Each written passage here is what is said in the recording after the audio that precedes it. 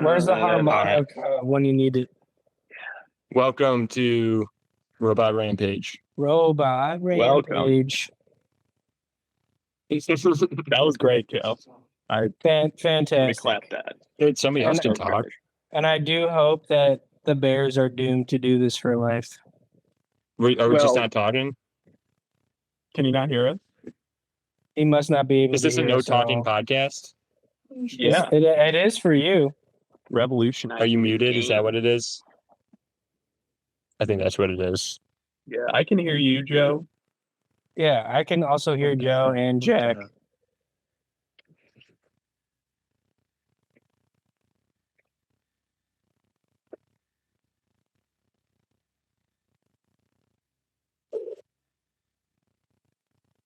What the hell? What the hell?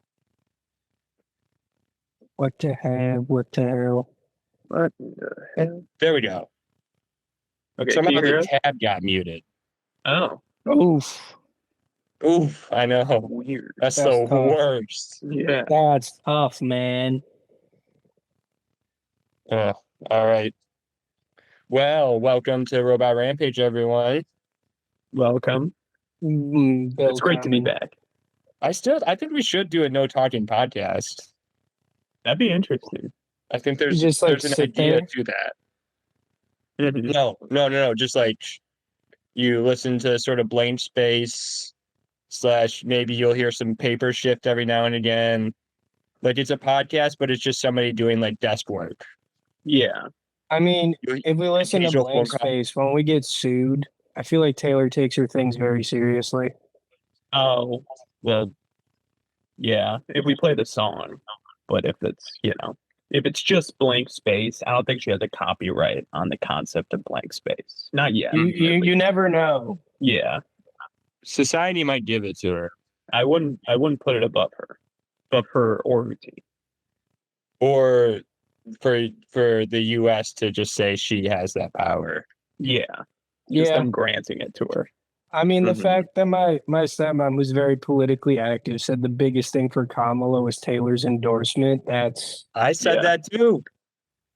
I That, totally think it's a huge thing. It's bigger than any politician for sure. I mean, that gets every 18 to, I don't know, possibly 40-year-old woman who listens to Taylor religiously and garnered her over $1 billion on her tour to get off the couch and vote not for the dude with the worst spray tan I've ever seen. Yeah. And that that apparently like the vote.org website after Taylor's endorsement got over 400,000 new visitors to vote.org, which as is in crazy. As in brand new? Day. Yeah. Sorry. As in like new, like not previously like visited users. That is big because I know that's how the Democrats typically win, is getting the people off of their couch. Yeah, for sure. Yeah, no, I think a ton of people like registered to vote somewhere too afterwards, maybe California or somewhere, but yeah, probably. But California was never going to be an issue for Kamala. Exactly. That's true. Exactly. That's why it's like, why do I care about the presidential election? I live in Illinois. That's true. Yeah. I mean, we're relatively swing. Yeah. No, we're not. I mean, relatively, but it's almost certain that Illinois. Yeah. I think it's like 59% normally. I mean, I didn't mean to say that so harshly. I'm sorry. You're fine. I don't have anything to like confirm or deny, so I don't want to like keep going down. But I also feel like we're not as like tried and true blue as like a California. Well, I mean, we can elect because people don't like go vote in like down ticket races as often. Like we do elect Republican governors because of downstate people. We do elect like. There have been Republican representatives from the state, but I think for the last like 60 years or something, we have been blue in presidential elections because of Chicago. Yeah. Let's go, Chicago. Literally. I mean, if you look at an actual like county by county map, we are mostly a red state. It's just like the bluest of blue in the north. Yeah. Yeah, that's where all the people are. So Yeah, and that's why it doesn't. Who gives a fuck about the people down here? Like, who gives a single fuck? Because there are so many more people in Chicago still. Like, I don't. We should definitely be addressing their situations down here too. But that's what your local politicians are for. I Yeah. hate so many people down.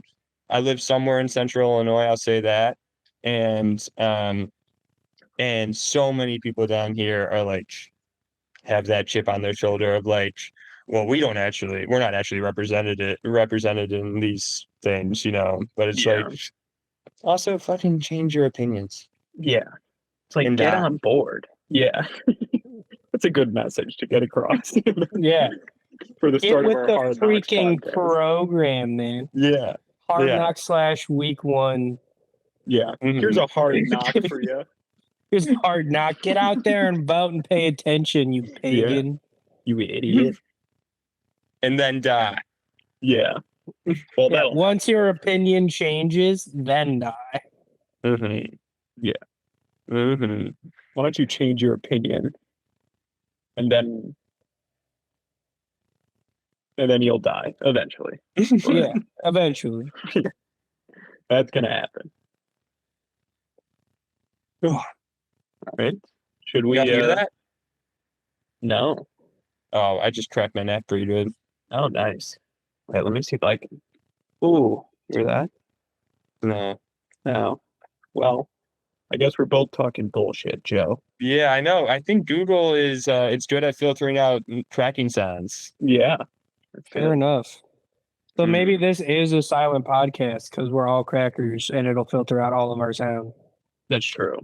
I didn't say silent podcast. I said a no talking podcast. And Okay, well, I guess this will be the silent more of an- podcast then. it's more of an ambient. Incredibly podcast. different concepts. Incredibly different concepts. Yeah. Yeah. No Okay. noise is just nothing. But I mean, at least some ambient noise. It could keep you involved. A little clickety clack of the computer in the background. Mm-hmm. The soft whirring of the desk fan.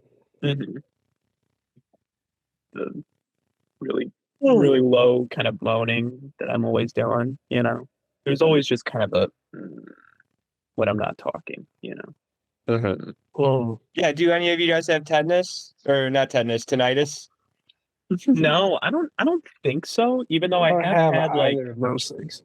yeah, I have had like ringing in my ears before, but I've never been like diagnosed with anything at least. Yeah.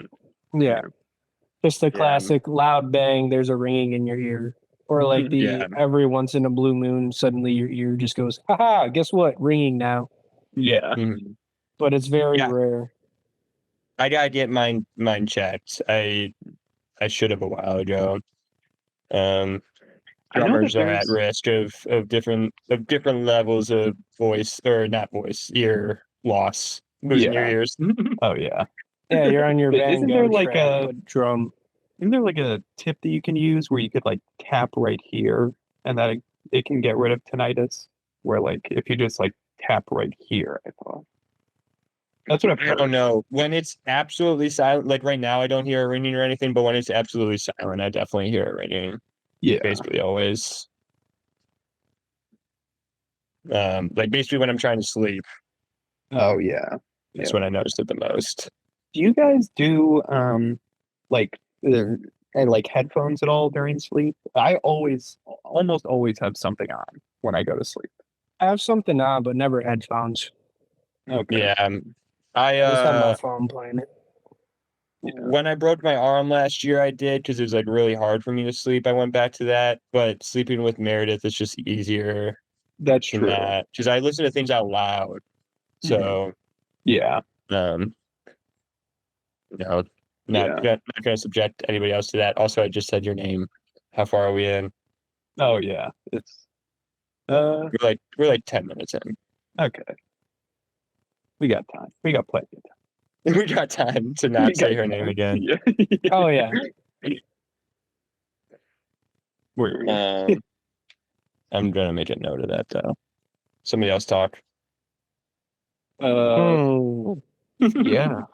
Dude, I remember I feel like now with AirPods, like I do it without guilt, but I used to do it when I had my wired headphones. I would fall asleep with them and I would wake up with them like around my neck.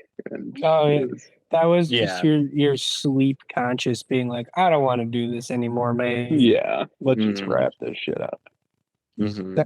I'm always afraid of that. That's why I sometimes wear a chain. And so Mhm. I'm like, I don't want to somehow strangle myself because I know I roll a lot when I sleep. Oh yeah.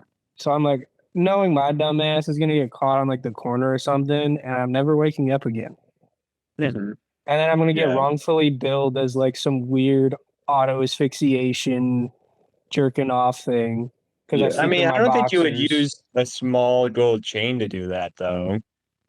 You never know because it's what's available. Yeah. I feel like by the time you got enough tension, it would rip. You never. I mean, it is metal, so it's like it's not like you need that much tension to like cause issues in your throat. I'm not speaking from experience, but I don't think that would work. Yeah. I don't think that would get the job done, and I'm Not not speaking- speaking from experience.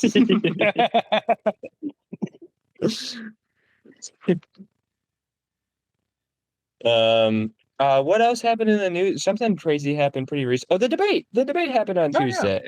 That's Yeah, right. big time. Did you guys watch it? Did you just watch like I highlights? did. or I did you watched watch it in the background. Yeah. I tuned into it for parts of it. Like I got the whole we have a president who doesn't even know he's alive part live. Oh yeah. That made me crack up pretty hard. Yeah. It was actually really fun to see him like just flounder like Mhm. like it's just like the last 8 years of every slang term he came up with, every issue he came up with, and it just like it's so funny to see him just like spew that all out in like a desperate attempt to like Yeah. capture that same energy he's had the last And decade. just that he brought up that whole like Springfield, Ohio thing where it's like the immigrants are eating the dogs and cats. And then someone asked him about it and he's like, "What? They said it on television." Like Oh yeah, yeah, like literally. completely seriously. They were like, we talked to the like manager of the town or the mayor or something, Yeah. and he was like, no, it's not happening. Yeah. And he was like, but they said it on the TV. I read a Facebook post, guys. Yeah. Yeah, That's but so funny. Uncle Jimbo sent it to me. How's it not true? Yeah. He's like, there's evidence there. It's all right there. You just have to It's all look right for there. When I flew into Springfield, I was offered a big, juicy dog fillet. It was wonderful. I said no, thank you, because I don't eat dog. I don't eat dogs. I'm not an immigrant. I'm You know, not a trans immigrant. Yeah. He's the first president without, all right, maybe he's not, I don't know. But when we started recording this, he's the first president without any pets. That's right. Yeah.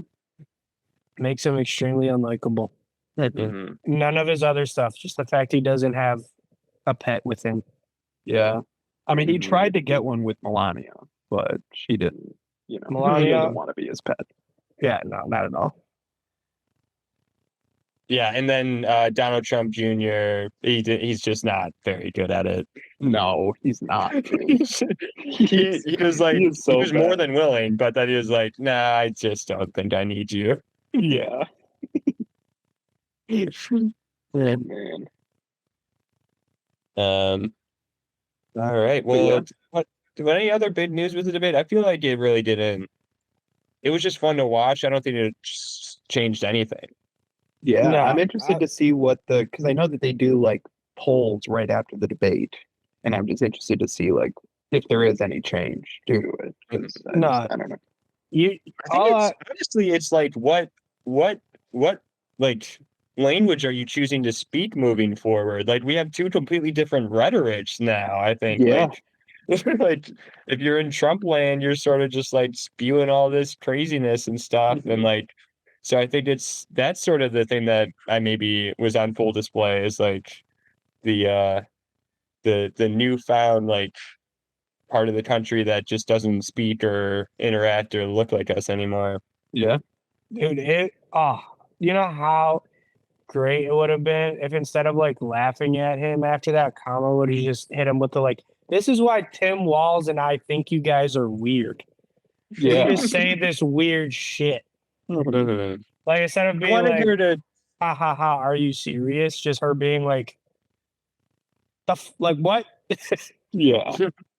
I wanted her to call him, or not even just like point out like he's like a snake oil salesman. Like he's got all these promises and all these like amazing fixes for all these different things, and then never once does it work out for anybody but rich people at the very top. So like, Yeah.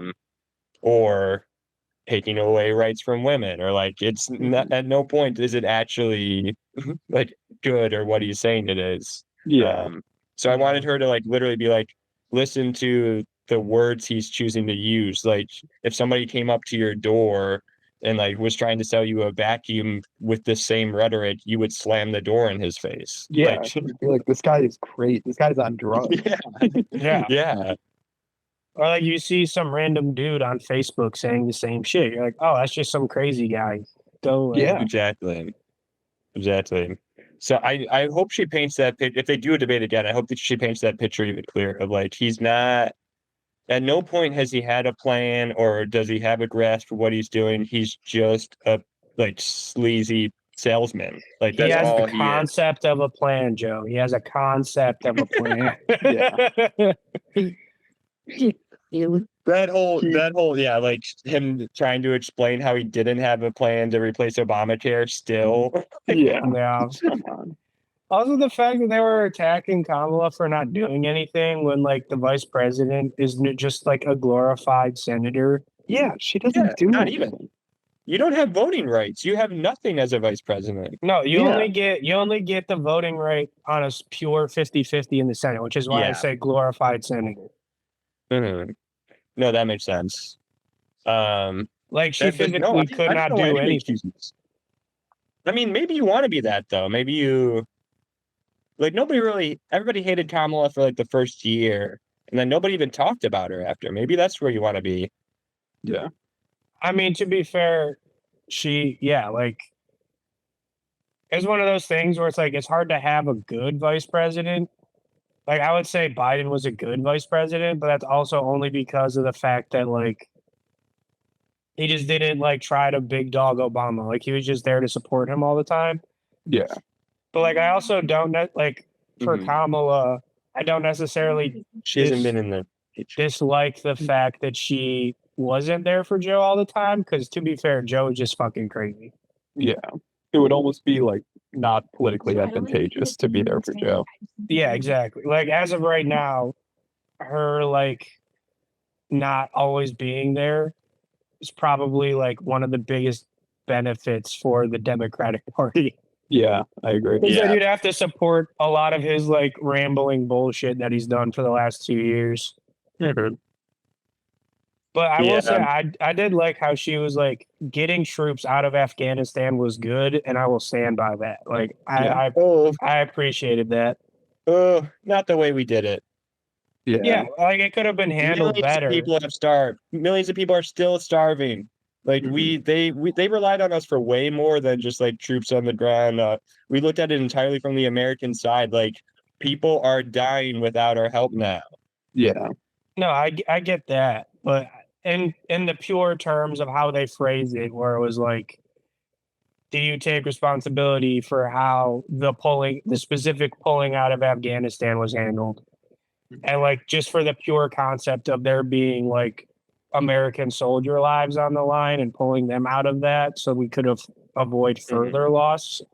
Not to reminded me- say that like overall our lack of help over there is good, but I'm just saying in Mhm. purely the context of the debate and how they phrased it, I I know. appreciated that.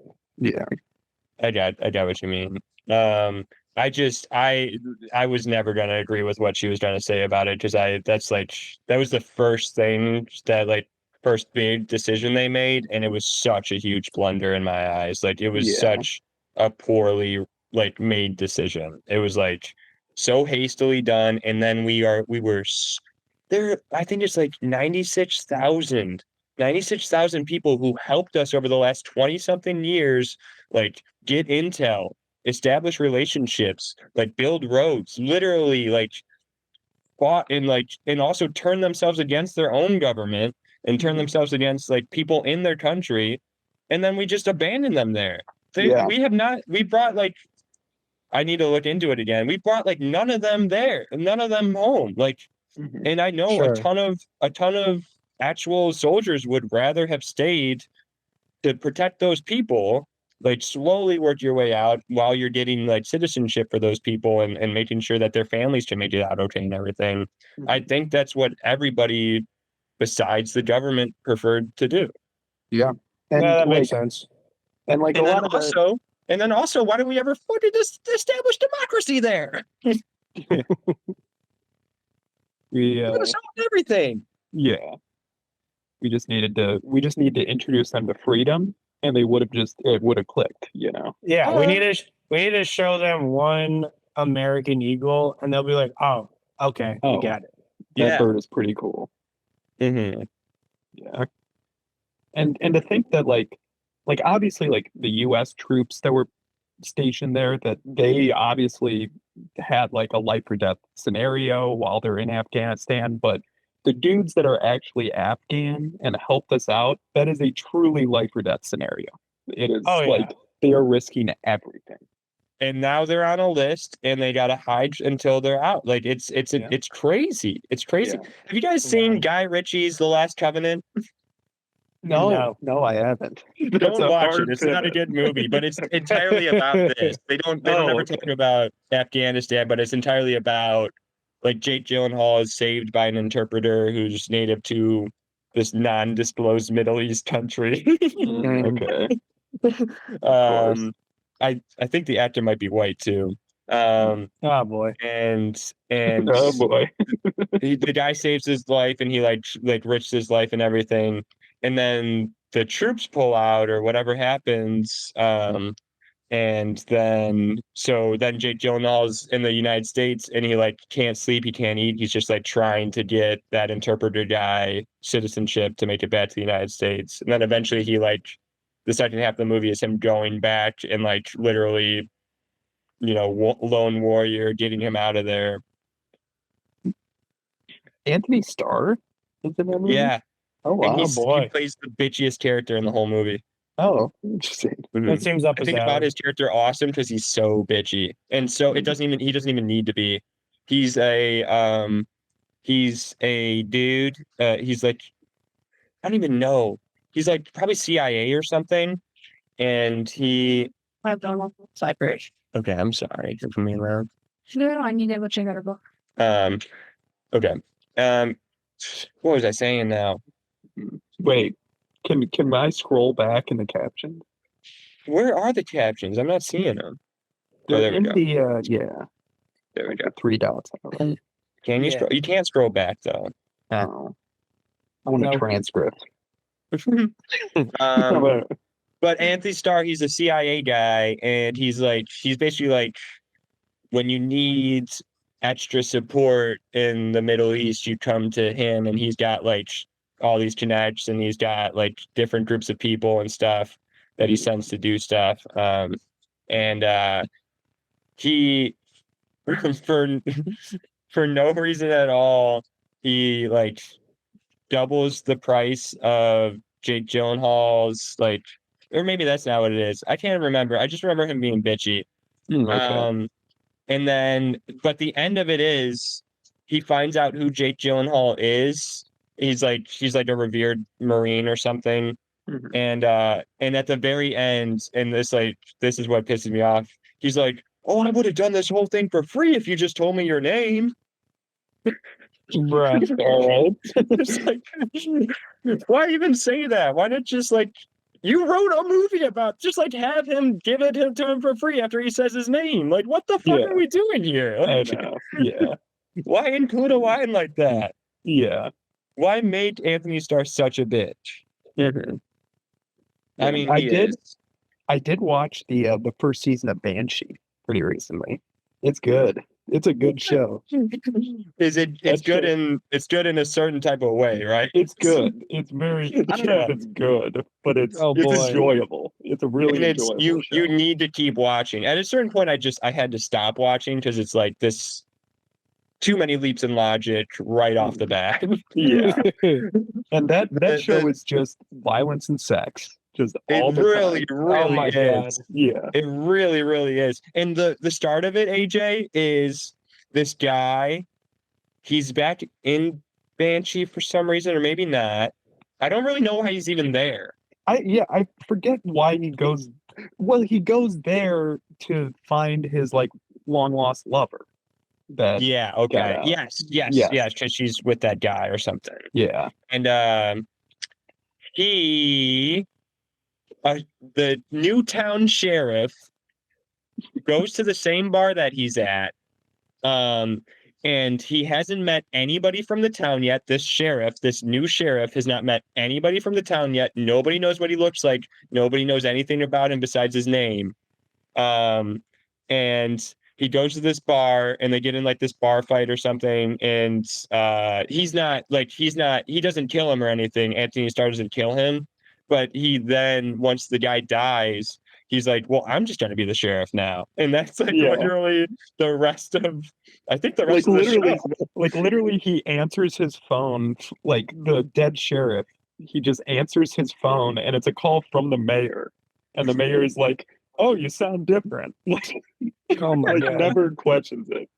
Just goes like, "Oh, Yeah. you sound different." They never looked, and this is not like, maybe they're not using iPhones or something, but this is also not like the 1970s. Like the internet does exist, so like nobody Yeah. thought to look up a picture of this guy or like just Yeah, try if you're and figure out more hiring him to be the information. sheriff of your town. Usually Yeah. that would come with at least like a headshot. Mhm. I feel like they had such a shitty way of explaining it too. Like I've been a sheriff of all these different towns, and I'm just a contract sheriff. Or like, Yeah. No, my And the- God. And the crime rate of this town is unbelievable. oh my god, the It's like neo-Nazi crime rate. Oh yeah. Oh my goodness. But that it basically takes place in this town called Banshee. That's just like a small town, maybe like a few thousand people in like rural Pennsylvania.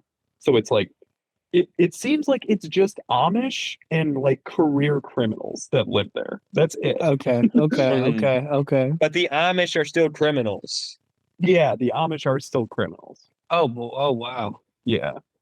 There's one guy that like grew up Amish but left, and now he's like the crime boss of the town. You know why I Rumspringa had to went stop crazy. watching? Yeah. It's because that guy, they hint forever in the first season that he's gonna get with his niece. Oh yeah. And it doesn't happen in the first season. It's so crazy. This is such a crazy show, AJ. Anthony Starr Um, does though, many times. Yes, just for fun. Like literally, they don't. I don't even think they like each other as people. I think they're literally just No. like, let's just have sex. Let's just have sex. Yeah. Oh, okay.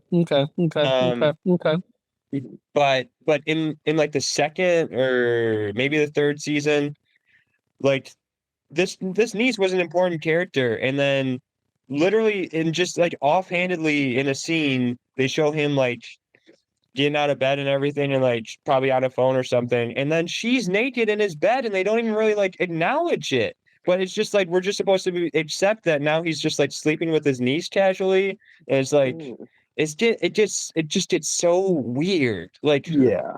are you making the show specifically for you? Whoever's making the show, like, I know. It does. It's gotta be something like that. Yeah. Either that or like so against the Amish, he's gotta be like they're inbreeding. but that's the thing is this guy is like both of these people are like defected Amish people. Like they're not allowed to be part of the Amish anymore. Yeah, but like Their families still- literally won't look at them. I'm remembering that now. Their Yes. families literally like turn around and won't look at them. Yeah. Bye. Bye. Yeah. I gotta It's say, a- Letterkenny probably paints the Amish in the opposite way of how this show wants to go. Yeah. It's like I've nice working people. Mhm.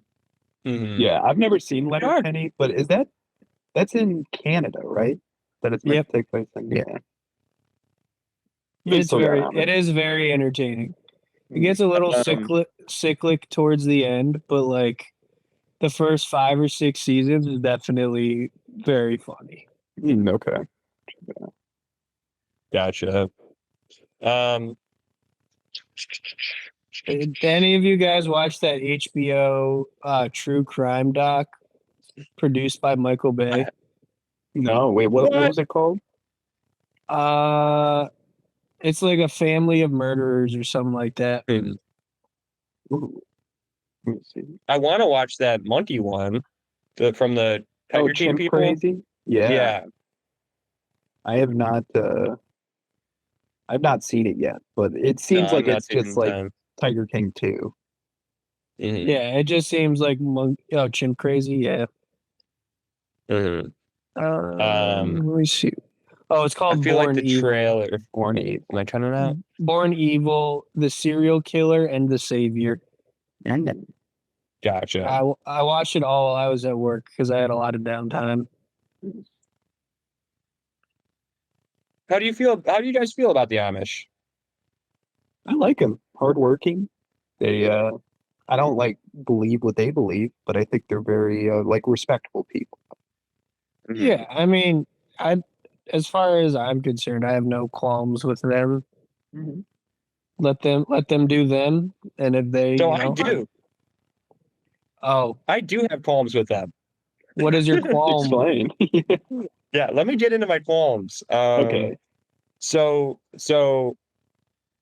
Polly's grandmother lives in a town even more southern Illinois. And they have like a like basically half of the town is Amish. Mm. Um, and no matter the season, no matter the weather, no matter anything, they refuse to get in cars. So that means they Yeah. have to have horses wherever they go, no matter the season, no matter the weather. They have to have horses, and they whip them. You know, they treat them like you would in the 1800s. Like they treat them as you would your car. Like Yeah. like literally, and it's that's where it's like you're gonna refuse technology to the point where you're willing to keep abusing animals Yeah. like That's that's fair. I at mean, some point That if is a you're gonna solid qualm. yeah. yeah it that you because you just like it's weird to see like half cars half stagecoaches parked somewhere like it's Mhm. really annoying to see We and saw apparently one. horses always get hit by cars because like they're trying to figure out like old traffic and new traffic and all that. Like it's so stupid. Yeah. Get cars. And it's well, it's hard because it's like because cars give off like obviously like CO2 emissions and stuff, Mm, and you could argue that that affects far more animals than just whipping a horse. So True. maybe, but also don't horses do methane or something? yeah, I Yeah, think they do. their poop does give off methane. Mm. So let's get rid of horses too. Yeah, let's Let's just kill them eliminate all. horses. Yeah. Let's do it humanely, guys. Okay. Stop Okay, whipping so them. stop whipping them and just take them Put a out. bullet in their head. We're gonna have a lot of glue. um No, that's one of the really the only thing that I've noticed is shitty, and there's just horse shit everywhere too. Like you just have Yeah. to be okay with like your streets are covered in horse shit. Literally. Yeah. I We do kind of saw a horse and buggy parked in a Walmart on a job, nice. and we wanted to wait in the work van until they were leaving, so that way we could like rev the engine next to them and challenge them to a race. Yeah. Unfortunately, we could not time it correctly, and they were gone before we got the chance to do that. But that was the thought process. Yeah. Uh, they probably would. They probably would. I do kind of respect the whole like Rumspringer thing, where they're basically like, because not many other religions do that, where it's like, we'll give you some time to let you decide as to what Yeah. you want to do. What I respect do- is like yeah, the that's length fair. of time. Yeah, Isn't it like 2 years or it's something? like 2 years. Yeah, Yeah, Oh, wow. like you really are gonna figure out if you want to go back to being Amish or not. yeah, True. Like And I wonder if they give Um, them that much time, because if they only did like a few months, then everyone would leave because they'd be like, "Oh my God, this is amazing." But if you do 2 years, that's just enough time for them to get tired of it and be like, "I actually like my old life." Yeah, I mean, I I guess just hit them with the simpler versus advanced time. You go, technology is cool, but like taxes are stressful. Yeah, mhm. I was gonna say it's culture shock, but in a lot of places they exist in modern day society. They just like don't personally partake. Like they yeah, still go to coffee shops and buy coffees. They still do things where you're gonna like run into them, but they I just mean, like I did see them in a Walmart. so yeah. So like they're it's not gonna be culture shock. I think it's more just gonna be like, are you gonna be excited to finally get to try this or not? yeah, yeah. Yeah, and if you do you want to stick with it? Oh yeah, you Mhm. want to have sex with Antony Starr all the time. Yeah, Well, that's besides the point. I don't know anyone who doesn't want to do that. exactly. Mhm. He's even more good looking than well, I mean he's not good looking in the boys really, but he's good Yeah. looking in the Banshee for sure. I was going to make the joke that, well, Butcher's wife did not want to have sex with Yeah. Anthony Starr, Yeah, but that is true. Mhm. Mhm. Maybe. maybe we'll see. But I had read something recently. You guys know who Cardi B is, right? The rapper. Yeah. Yeah. That Never heard of her. no. Well, she's a Oh. rapper, Joe. She's Mhm. A stripper turned rapper Stripper slash turned pseudo rapper. actress. Oh my Yeah. god. No, I know. I have opinions about Cardi B too. Yeah. But that apparently We all before do. she was a stripper, I read that she worked at an Amish furniture market, which I That's just awesome. cannot imagine in any world. No, I can't. haven't I kept just up with simply that. cannot imagine Cardi B talking to Amish people. Not I in the haven't kept up slightest. with that. Did she actually like rape and steal from people that would take her home as a stripper? That's what she said. Yeah. Yeah, she came out and said that, right? Like Yeah. And she said it as kind so of as almost kind of like a girl power kind of moment. yeah, like drug Yeah. them, right? Literally Yeah. drug Drug them. them. Drug, Which is the drug. most besides killing, it's the most evil thing you can do is mess with somebody's brain chemistry. Yeah. Yeah. I Yeah. agree. Especially when you're doing that in order to like steal their money and just Yeah. lie to them. Yeah. Mhm. Coerce them with Um, sex. Drug them while Yeah. you're doing stuff. That's the thing is Rob them silly. I don't think she said the sex part. Yeah. I I don't think she think she said she said would it. drug them and rob them. Yeah. Which I saw some And I people think being people like, made that leap in logic pretty quickly. yeah. Because I know people were defending her, being like, come on, guys, she didn't rape them. It's like, are we at that point where like Yeah. that's like, oh well, she's not a bad person. Yeah, no. If I found out anybody gave me a drug that put me to sleep and then they did something to me without my consent, I would kill them. Yeah, I fair. would straight up murder them. If I found out Polly did that, I would leave her. Like Mhm. that is such an evil thing to do to somebody. Like, Yeah, Yeah. And instead they made a movie out of it. and it pisses me off too. Have you heard these festival things now? Like everybody's pissed at Lollapalooza and stuff.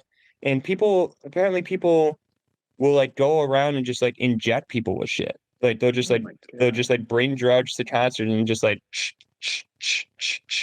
like That's crazy. Like, why? What's the I point? was unaware of that.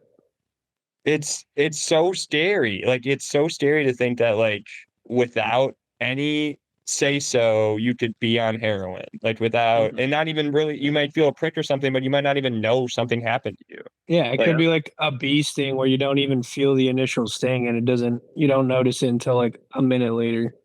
Mhm. Yeah, Um, so yeah, that just pissed me off. Don't be drugging people. Don't be Yeah. drugging people. Yeah. Mhm. Don't be drugging people. Stop whipping your horses. Shoot them instead. Yeah. Mhm. Mhm. And especially like she said this not out of any kind of like, oh, I was desperate and I needed the money. She said it as like a girl power kind of thing, as like, look what I did to these Mhm. awful men. But it's like, Yeah. I think she did justify like she was not, she was a poor stripper or whatever. But like definitely, I no matter what, you can't justify it, so it doesn't matter. Like yeah, Yeah. it's annoying. yeah. I agree. And I'm gonna dread you now. Oh, Cardi B. okay. Oh, okay. I'll make Taste of this your one own. exception. Yeah, I was like, oh boy, I guess I'm now being drugged. Yeah. No. I'm gonna no Cardi B. I'm gonna Well, she at is one of her literally shows. she's literally named after a drug though, because it's Bacardi. That's her name. True. And then she has a sister named Hennessy. So there you Yeah. go. Yeah. Fair enough. All right. Should we Is we it got football anything time? else? No. Okay. All right. Okay. No. Wait, it Not is literally quite. football time. I gotta put on the game. Oh yeah. Yeah, it is just about 7 food. Amazon Prime. Oh yeah. Are we on Amazon tonight, boys? I hope Oh, not. yeah. Every Amazon Prime game is terrible. Yeah. Who's Well, playing Thursday tonight? night football shouldn't be a thing. Yeah. It's mean, but it it's a shameless cash grab. It's been a staple for a little while though. The Oh, Friday yeah, no, I know. night It'll never Friday go night away. one was different. There's a reason Amazon paid billions of dollars just to be able to be like the sole owner of or the sole broadcasting rights of Thursday Night Football. It's never going away. Yeah. Um, Yeah. but like as a football product thing, it's never great. Yeah. I agree. Yeah. Except for Justin Fields last year against the Commanders. That was and DJ Moore he had 200 and something yards and 3 Yes, that's touchdowns. right. Yeah, that was the Thursday game. So Oh, nice. sometimes if your team is playing, you get the benefit of like playing a really shitty defense that has less time to prepare. Yes. Yeah. And that can be fun to watch. I mean, the Packers played last Friday, and I would have wished that was a Sunday game.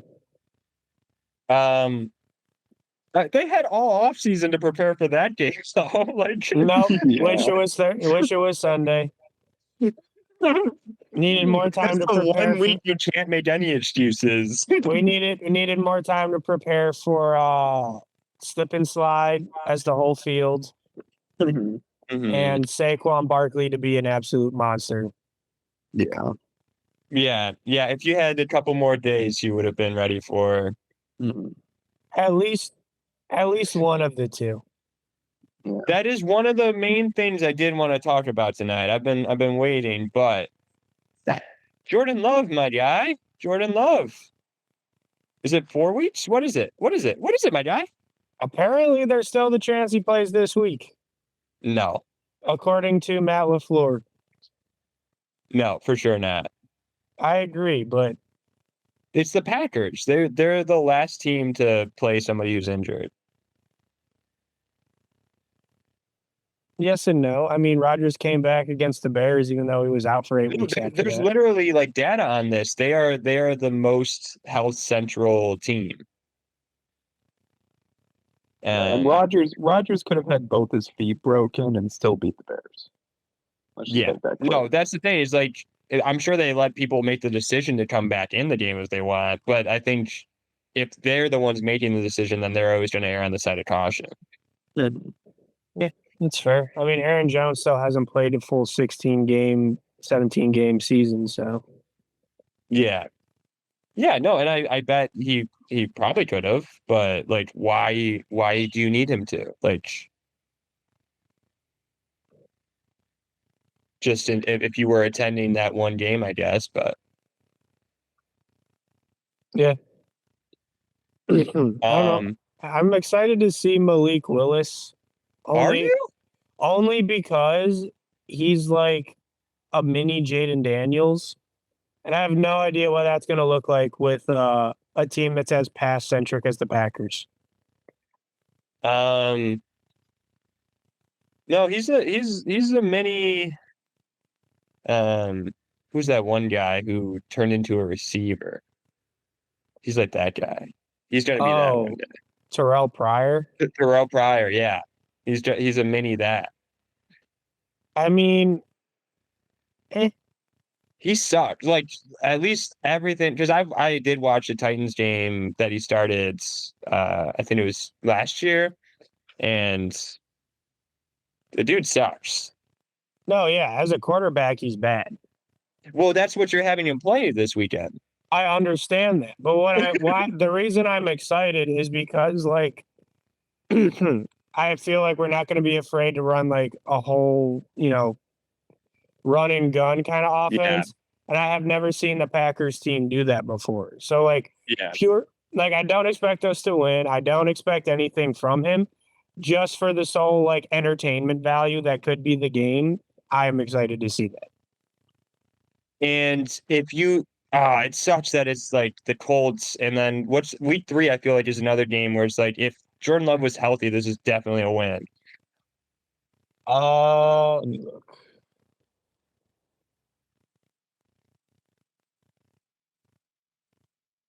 Yeah, it's the Titans. Yeah, yeah. But knowing our luck, we're gonna get somehow smoked in both of them. Yeah. And Yeah, then no, we play the Vikings week 4. But why does Sam Darnold look like Kirk Cousins too? but it's also the reason it sucks is the Colts, and I guess the Titans too, because he's a good coach, is like it's just going to become a coaching matchup, and they have been able to prepare with their guys for a full off season, whereas like Matt LaFleur is literally going to be telling like who he's throwing to and what route they're running. Like, it's and like Shane Steichen's an incredibly good offensive coach. Brian Callahan's an incredibly good offensive coach. You watching the Titans the first half last week, I thought the Titans were like a legitimate team. Yeah, so did I. Like they have stuff to figure out for sure, but like they looked efficient and good. Like they looked real. I mean, if they just need Will Levis not to make that one throw, and there's a good, not like a great chance, but a solid chance that they win the game. Mm-hmm. Yeah, no, for sure, for sure. After you block a punt, I feel like you always win the game, though, according to one person. Is that person you? No, I feel like maybe Cole Komet said that, or if you score a touchdown on a block punt, Oh, yeah. it's like 80% chance to win or something. Wow. No matter what the score is and no matter what's happening, like that's just such a momentum shifting thing, apparently. Yeah, for sure. It's very embarrassing to watch your team like get a punt blocked and then score off of that. Yeah. 100%. It is cool that it was at least the Owens guy. Mm-hmm. Oh yeah. Yeah, that's right. Mr. Oh Biles. yeah. Mr. Biles. Oh yeah. He got low. He got low. I saw a thing because I get like the CBS Sports updates that it legit said Simone Biles' husband returns punt. I'm like, wow. Mm-hmm. But the world has changed. It truly has. Mm-hmm. I mean, when I was telling Polly, that's what I told her. Like, it wasn't like Jonathan Owens scored. I was like, our guy Simone Biles' husband fucking scored. Yeah. That's what gets people excited. People go, Exactly. oh. She likes him. Yeah. Because we watched that Simone Biles Rising too. Mm. Oh, how was And that? he's in that a lot. How was that, Joe? It's good, but you only need to watch like 20 minutes because then the rest of it is the exact same thing over and over again. It's just like Simone trying to articulate how nobody else knows what it's like to be her. And it gets harder and harder to empathize with the more different ways she rephrases it and like tries to make it seem. So at some point I was like, I know I like Simone Biles and I know she's probably a good person. So like I just need to stop watching this so I don't think she's Taylor Swift. Yeah. That's fair. But it's interesting, and they barely talk about which is totally fine. I mean, it's about her, so it's the amount they want to talk about is the amount it should. But the coach thing, the Olympics guy, or maybe it's a trainer or something. I don't know a ton about that story. I don't really want to know much, I know a Yeah, little bit yeah. about it, and yeah, it's just it's tough to read. Yeah. I remember when that was coming out, it was also just so many people that's like you just don't want it. Like it's just so horrible. Yeah.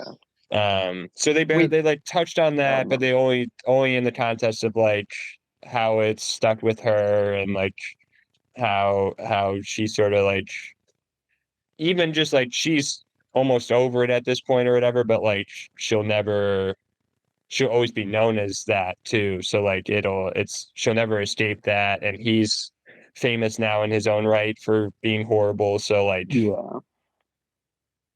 Was he? she'll just never escape that. Wait, let me see. Because I thought he was. I thought he might have been attacked in prison, which is like not By Jonathan Owens? Not too shabby. Yeah, maybe by Jonathan He Owens. stooped and scored his guts. Yeah, he blocked his punt and then beat the shit Oh, yeah. out of him. So, yeah, good riddance. Mm. Is he dead? Is he dead? Did they Jeffrey No. Dahmer him? I looked it up. He's not. But apparently, and I don't see anything, so let's assume he wasn't. But he was transferred to another prison, so maybe. Oh, poor guy. Yeah. Jeffrey Dahmer. You guys know Jeffrey Dahmer got his head caved in a bathroom in prison, Yeah, yeah, and that's how he died. Doesn't Mhm. surprise me. Yeah, and I think that felt really good to do if you're also a serial killer, but a lesser one than him. yeah. I bet you're And like, And then I believe it was like the guy that I think I remember the guy's name, Christopher Scarver, I think was his name, the guy that attacked Jeffrey Dahmer. But that I believe it was that like from what I read that that he was like cleaning the bathroom with him and that the guards that are meant to watch them just kind of suddenly left at a certain point. So it's believed that maybe Scarver had talked to them and said like, Yeah, hey, this was let me do this. Yeah. mhm. And the guards kind of went, it's fine with me. They're It's like, Jeffrey oh, Dahmer. it's like it's Jeff. Oh yeah. Yeah. Oh, Yeah. Yeah, you're- yeah. I mean, yeah. Pretty, Yeah. There's a cool, you guys have probably seen this, maybe not, but like there's a guy who like he's hung or strangled his cellmate because he kept on trying to justify being a pedophile. yes, I know you're And then talking like about. he's like he like literally he seems so rational about it. He's like, I knew it would add like 20 years to my sentence or whatever, but like I just needed to stop hearing that. Yeah. Yeah. Like he even before doing it, he weighed all of his options and he's like, no, I should just kill this guy. Yeah. He was like, that, when I like- get out of here, I'll be like 67. It'll already be like nothing's the same. So like, Yeah. what's getting out at 87 and doing the world a little bit of good? Yeah. Yeah. Like I remember seeing the courtroom footage of that, and that like the judge asked him like, do you regret it? And he's like, no, like I Yeah. don't. Yeah. Like, he was I mean, just if you're very gonna wait for a honest. long time anyways, like you know you're gonna need to get used to prison, so might as well be like, this is just my life now. And if a really bad person comes here, I'm gonna kill him. And it's also kind of the thing where it's like, man, like you're a pedophile and you keep talking about your crimes in prison. Like, yeah, Yeah. that's gonna happen to you. Yeah, you're gonna die Yeah, or Yeah. get brutally beaten all of the time. yeah, Why would you not try and be like, no, that's the guy, that's the other guy who came in with me. I'm the, I'm the armed robbery guy or whatever. Like, yeah. I'm the illegally going through the mail guy. yeah. It's like, have you ever seen that one? I don't know if it's a parody video or not, but it's like of a big black dude. He's like, when you're in your first day of prison, you find the biggest, baddest guy you can and fuck them up. Please stop saying that. I'm literally here for mail fraud. Like, everyone keeps hitting me up and it's so mean to me. Oh, man. Like, my mom said I have a big heart and I literally need doctors to fix it. Like, come on, guys, please. I can't take it anymore. Yeah. Do you remember that? Because I had just finished the first season of Banshee. Do you remember that one episode that almost takes place in the prison? That Oh my God, with what's that guy's name? I forget. I called him No Fade Ho Hank, Rauta. basically. No Ho Hank, basically. Yes, I called him Fade- Fade Rauta, the guy from Fade D2. Ralph. Yeah. My goat He right has there. he's like everybody else has a normal name in this show, but this guy has like this crazy skinhead name for some reason. Like, Oh, Yeah, my let me he's look it like up. the white something. Like, isn't he like a Yes. I gotta see. You're right. He's only in one episode, so Does he die in the episode? Like, is somebody in prison? oh my murder him? god, Yes. dude. You should just look up the scene. The Oh my whole goodness. it's probably like 10 minutes or whatever. Just look up the whole fucking albino. That's what they it's call him. yes. All right, so it's Banshee. Albino. I've seen the scene on Albino. YouTube. Like it's a popular thing for sure. Yeah, Because he does something really gross. yeah. It's It's Sheriff Hood Hood. versus Albino. Yeah, full fight scene.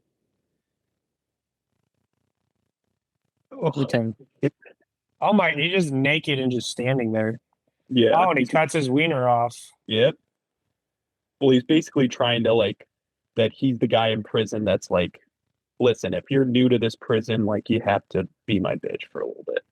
Ah, And then Anthony Starr was like, I do not he's want to like do that. he's like, actually, no more penis for you. Yeah, Mm-hmm. He got on his knees. He is literally Fade Rotha. he is. But he's also like just very like openly gay, and he's kind of a gay icon if you think about it. It's interesting. It is like a little bit progressive. Yeah, it's a show that doesn't really like judge its characters. It's just kind of like here they are. Yeah, that's a good way to put it. They Yeah. really, yeah. It's like nobody's even a bad person. They're just all doing what they're doing, and you're just supposed to watch it. Like, Yeah, pretty much. Because that guy, yeah, he is like very, very, very just cool with being gay and like very open about it, but like definitely also the leader of the prisoners, Yeah, or at least the white ones. yeah. My question is, if he had the knife like right there, why does he go for the chokehold? I don't know. I thought That's he a good bit question. off his dick. I'll be honest, I thought he bit it off, and I thought I remember like He did him not. like He did wiping not blood off bite his it mouth off. then or something. He wipes blood off his mouth. That's because he got punched in the face a lot. No. Are you Oh, watching it sorry. right now? Oh yeah, giving you play by play. This- Oh, and he rolls some. Oh boy, yeah. this is about to get intense. A little That's prison like deep. every other yeah. scene in the show, AJ. This is like Gouges. literally every other scene. Yeah, this is like it's like this, and then a sex scene, and then another scene like this. Oh man, People are just constantly squaring up to. I don't think anybody is friends with each other actually, No, they all hate each other. but they're all just Oh, squaring man. up with each other and not trusting each other. And Even like the old guy in the show that owns a bar is like, I would be heavyweight champion of the world. oh my for god. some reason, he's immediately cool with like the new Lucas Hood or whatever. He's like immediately cool with everything. Like he just met him, and he's like immediately just like, you're basically my son now. I'm gonna like give you a Yes. place to live. I'm gonna like defend you from the police. I'm gonna like, Yeah. He met like- him 5 minutes ago, and he's like, "All right, I'll bear these bodies with you."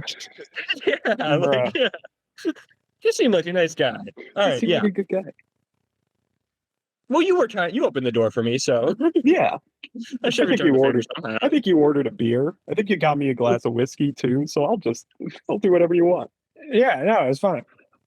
Yeah, I guess those Yeah, are the hit him only with the two prison friends. guillotine. Yes, he kills him with a barbell. I think. Yeah, he like rolls the barbell under his neck to takes another plate and gives him the what for. Oh man, Ooh, crazy. cool. I need to watch that again. Yeah. Again, if you had the knife right there, they just used to cut him like 5 times. I don't know why after you blind him, you don't just hit him with the.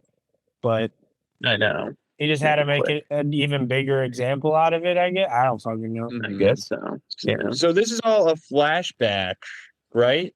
Yeah. It is black and And- white. Yeah. And doesn't he kills him? Oh, does. he's dead. He's Yeah. definitely dead. He kills He's him. definitely So dead. Yeah.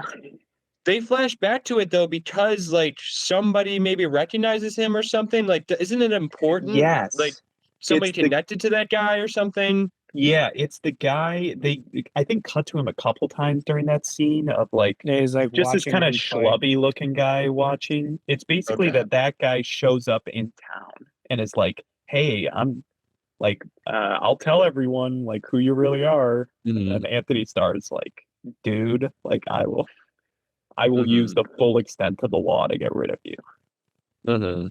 Yeah, And, and if not, I will prison rules get rid of you. Yes, Like Yeah, you saw what I basically. did to Big Man over there. Like, what do you Yeah. think I'll do to you? yeah, Dude, this dude is doing that anyways to like just random citizens for like if they do anything wrong, if he like if he's just in a bad mood, he will beat the shit out of you for no yes, he does not know how like the law actually works in any way. Like he in a school shooter situation, in a I guess it's a school hostage situation, he just rushes in. he's He's like just like hang back, solo. guys. Like Yeah. and they even like his other top mates are like, we probably shouldn't do this. Like, we should probably like think about this and like get eyes in the room and like develop a strategy. And he just like grabs a shotgun and goes in there. Yeah, And is it because the one girl's daughter is in there or something? yes. Well, It's such a technically- stupid show. technically his daughter as well. That's like the Oh, yes. Oh, is it AJ, like you need to watch this show. I guess I have to watch this show. I'm Yeah. I'm like I'm It's hooked, man. enjoyable. I do It stuck honestly. with me. I watched it like 3 years ago. It stuck with me. You just can't take it seriously. Once you stop Right. taking it seriously, you could really enjoy it. Yeah, if Yeah, you it's- walk into it with the mindset of this is just like a very, very schlubby, shitty TV show, and I'm just going to enjoy it for that, then it's probably the best one out there. It kind of almost- reminds me of Spartacus, Yeah. Mhm. where like the Mhm. graphics are bad, the fight scenes are bad, they talk weird.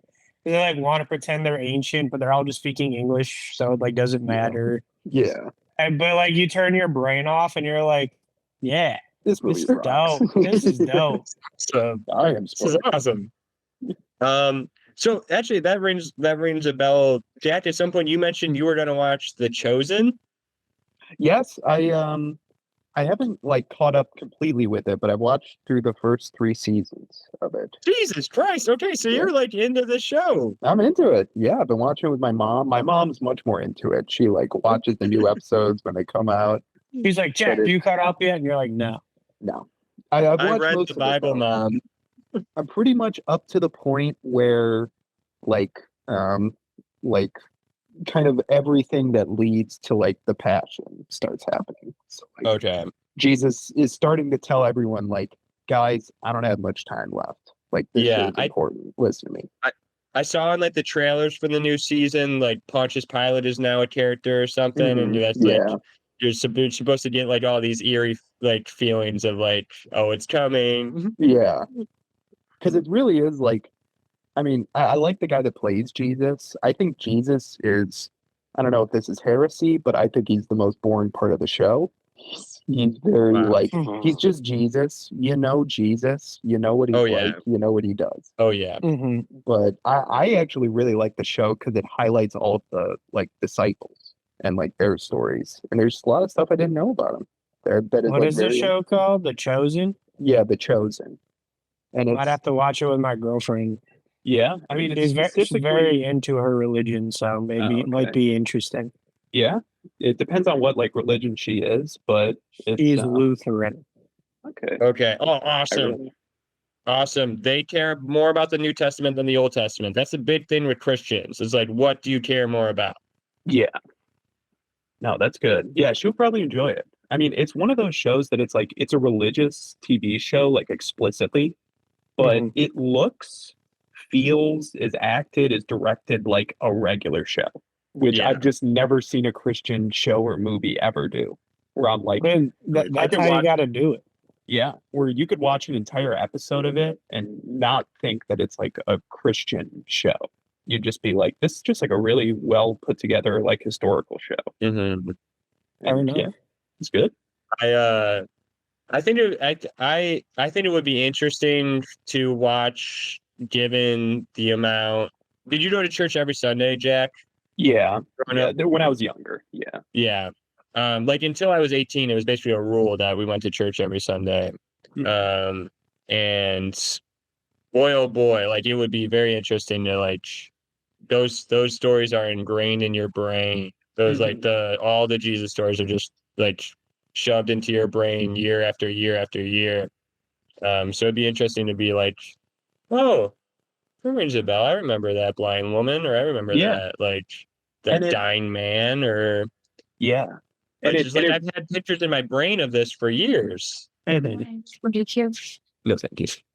And they cast it so that like the cast looks like they are from first century Judea. Like it's not a bunch of white Mhm. people, which is great. Yeah, But the Jesus guy looks like Jesus for sure. yeah, oh for sure. But Which is important. That is important. Or else how would I know that he was Jesus? Yeah. But oh, what was I gonna say? Oh, but that like the show does a really good job of making you like, because you know all the miracles, but like once you actually see it on the screen, like everyone acts like how people would act if they saw that Mhm. stuff. They're like, Mhm. what the fuck? Like what? Like they're all just in Mhm. disbelief. I guess that is something that you never really stop to consider in the Bible, is that they never really talk about like the reactions. Like he turns like 4 fish into something that can feed hundreds of people, and Yeah. bread into like very limited amounts of bread into something that can feed hundreds of people. Like yeah, talk about how people were like, what the fuck? Like, Yeah. And even Yeah. his do more, disciples give are me like, some steak. Come on. Like, yeah. And even like- like his disciples, his most devoted followers are like, what the fuck? Like they're Mhm. just all like, whoa. It's literally just like when they talk about that shit in the Bible, it's just like, and he made 40 fish out of 4 fish, and he made Yeah. this out of bread, and they ate. Yeah. Yeah. Because you think when they say it like that, it's like, oh, it's a metaphor for something. But like actually like seeing that happen it's cool. It's a cool show.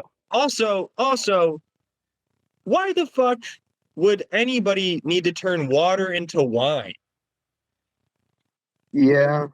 Well, are you asking about Water is something you need to live, and wine is something, if you drink too much of, you die. good point. Yeah. I mean, if you drink too much water, you could still die. Very true. Very true. But And they were at a wedding. Have you tried serving but that's the water thing, at is a like, wedding? that tells you when you're young, like, oh, like, I guess it's just necessary to have wine at these, like, they're a necessary part of this thing. Yeah. And It's like, his that's first not actually miracle. true at all. It's the first one that he went, all right, I gotta flex. I gotta show my powers. a Exactly. little bit." Yeah. Like, why are we using your powers just to make sure people can have a good time at this wedding? Yeah.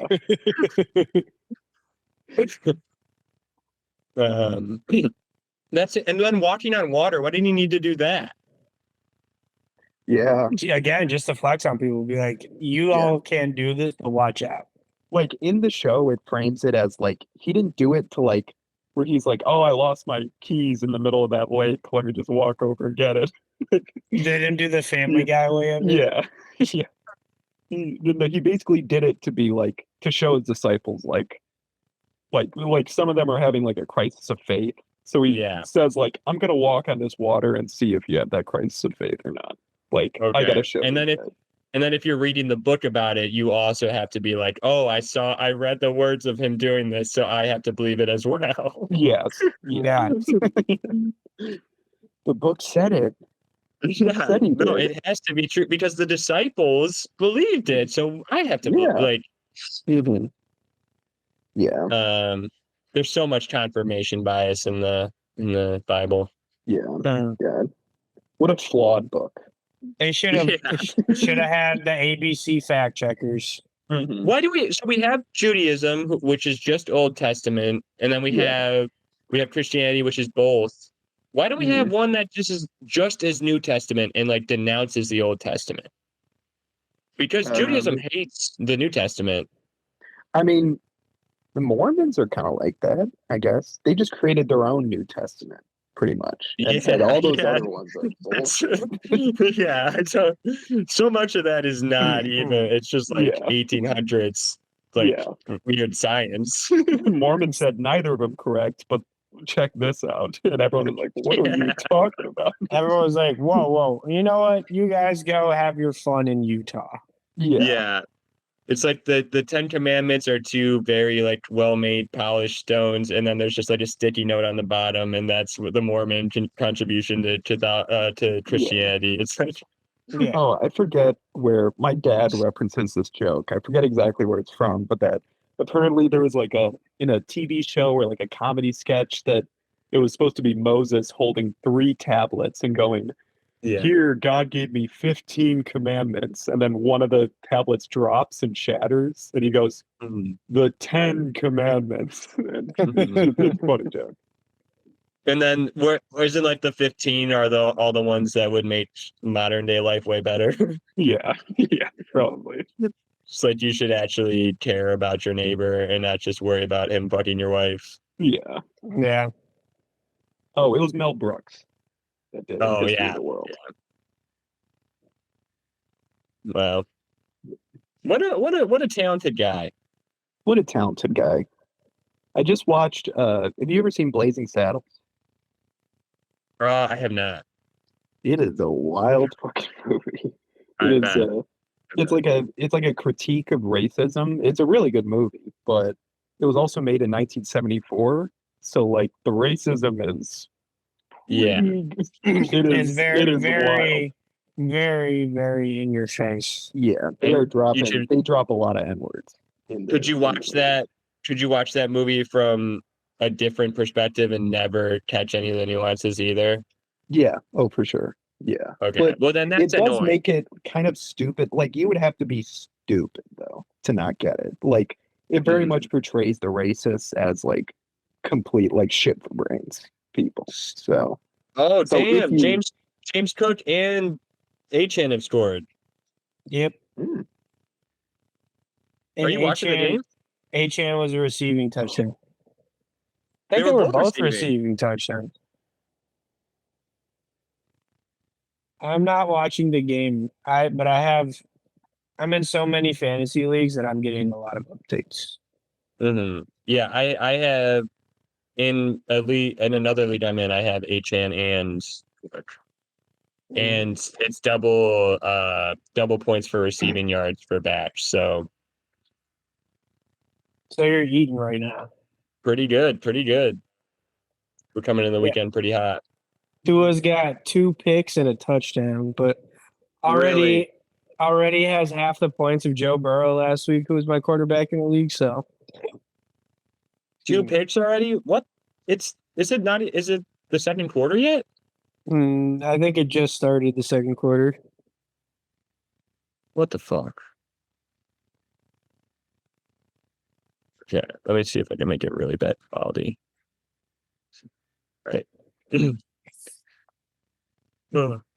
then I'm going to turn my video off so my camera's not working so hard. My computer's not working so hard. I gotta see this.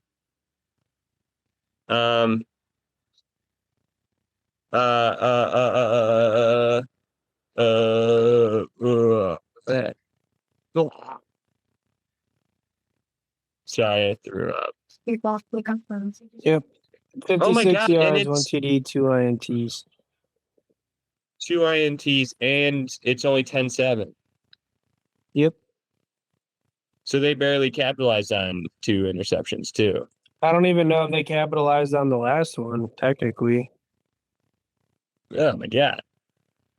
Thursday football. What a classic Amazon Prime game. Yeah, I know. Yeah. There being a bunch of turnovers and still no scoring. Yeah. Oh yeah. It's so impossible to bet on these games too.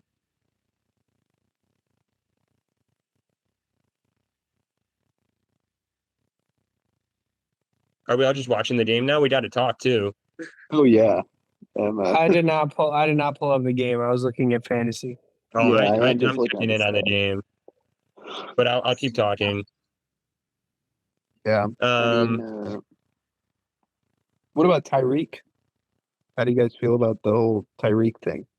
It Did you pisses see me off that they he's the one in released this situation. they released the video, Yeah. and it is just him being like basically beat up by the cops. Yeah. For sure. But like, But that's I agree. what's annoying is now he's a sympathetic figure because a lot of people don't know or don't remember his past. Yeah. I'm gonna say And I remember him having a lot of issues, but I don't remember specifically what they were. bro, he broke his kid's arm. Yeah. Oh, yeah, He that's right. broke his 4-year-old son's arm. He Jesus Christ. beat his wife before, or it's still not his wife. One of his kids' mothers One of his baby mamas. before he even entered the league. Before he even entered the league, he was like on record arrested for beating a woman. Yeah. Wow. That's why he fell so far in the draft. And he just like he has this history of abuse, and then Crazy now violent streak. and because she is also stuck with him, I think it paints the wrong picture in that light too, because there's literally audio recordings of her being like, I don't feel safe with you around. I don't think our son likes you. I don't think our son like thinks you're like safe to be around. Like there's an audio recording that came out in like 2019 that is like chilling to listen to. Yeah. And it's literally from the perspective of her. And then at some point they literally say like, and you did that to his arm or whatever, like, and his kid had a broken arm. So it's just That's like, such a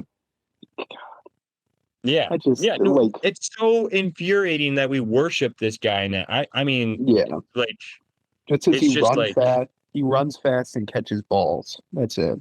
All he Yeah. does Yeah. at the end of the day. yeah. He yeah. So I it's annoying because I also really, really care about transparency of police departments and like all these things coming to light, and then due process and everybody being fired who needs to be fired. Like I believe in all that heavily, but I haven't even looked into any of this because I'm like, the person they did it to, I'm sort of glad that that's the person they did it to and not like just a citizen, like not just a Another random person. just like unfortunate black person. Yeah, exactly. Because like at least we know that there's lots of things that like in his past that then I can't feel as bad for you when you're brutalized by anybody. Yeah. And when you repeat the behavior over and over again, he hasn't learned his Mhm. lesson. Yeah, not once. Yeah, I like to think that the cops know. No, I don't. I'm kidding. Oh. Those cops were definitely just, they're cops, ACAB and everything. But Yeah, no, they saw the McLaren or whatever going, and it was in Miami, and he wasn't going like egregiously fast for Miami. Yeah. You know what I mean? Like yeah, having lived in Florida as the long speed as I limit is the have. speed limit. No, I know, but living in Florida as long as I have, the speed limit isn't the speed limit. It's just as I mean, it is though. No, I understand, like, word of the law, it is, don't get me wrong. But, like, if you are going the speed limit in Florida, you're probably going to get arrested for, like, a DUI. Yeah. But, like, it's one of those weird things about Florida where if you're in a school zone, not in school, if you aren't going 10 over, somebody's going to think you're suspicious. Yeah. Yeah. I mean, that's everybody does that. No, I get that. But like if you're on the highway and you're not going like 85 miles an hour, you're going to get pulled over for being suspicious. Like that, like it's just Yeah. weird little things like that. But this was in town, right? This was right outside the stadium or whatever. Yeah. And he was, like I said, he was like, word of law, yes, he was speeding. But it wasn't like he was tearing down going 70 and a 40. Yeah. What You was know he what I'm doing? saying? And it seemed something like he was doing like a 50 and a 40 or something like that. Like like he was speeding, don't get me wrong. But like I said, it wasn't so fast as to warrant the response that he got in any way. Yeah. The one time I got pulled over for speeding, and the guy was like, "And I saw you on your phone." Like it was literally both at the same time. I was coming home from church. I was the music director at a church for 2 years in college, and I was coming home from church, and I was literally going to immediately smoke a bowl on my couch. Like I was Yes. literally like I was doing everything that the cops would not like. But because I told him I was coming home from church and I'm a white man, he was like, "Okay, I'm gonna let you off with a warning." Yeah, you go with It's like- that, sir. It's the only time I've ever been pulled over, and it's like only because of white privilege. I should have been like ticketed like to the fullest extent of the law because he literally said, "I also saw you on your phone," but then I just was able to be like, I was just switching my song. Yeah, Like it's such bullshit. Like it is. you It can't you really can't is. you can't Which is tell me funny that 'cause- I would have gone the same exact way with like even a white woman. You know. Yeah. Yeah. Younger too, more vulnerable. Yeah. And I got a ticket for literally just looking at directions. Black speaking. I got a ticket because I was passing by a semi, so I was going like 80 and a 70, trying to get around a semi in the That's like far left nothing. lane. Oh, like out of the two lanes. No. I was on the highway. It was a 3-lane, semis in the middle. I went to the left, went 80 in the 70, and just got smoked by the Stady. That's still like, damn, they're pulling people over for going 10 above. Is the it speed limit? That was also like during COVID. Okay. isn't 15 a felony? So- I mean 10 is a lot. Yeah, I feel like it's just so like normalized at this point. That I just know, don't- but that shouldn't be the case. We should go the Yeah. speed. I go the speed limit for Yeah. when I can. I was going fast the other weekend, but Yeah. yeah, I was trying to get home quickly. But Yeah, I would say like my I cruising very speed is like rarely go 5 this. above. Yeah, I very rarely actually go the speed limit. Yeah, I shouldn't be Mhm. outing myself so hard right now, but like I know, because it is I almost agree. like if I go the speed limit, the people behind me are like, "What the fuck, dude? Like, go Yeah. faster." Exactly. Because then if I'm that guy behind And I'm- somebody going the speed limit, I'm like, what the fuck, dude? Yeah, Go fast. And I'm ultimately a people pleaser. Where I'm like, "Oh, don't worry, I'll go faster." You're like, I'll you speed guys are up a little jumping through bit. so many hoops to justify this.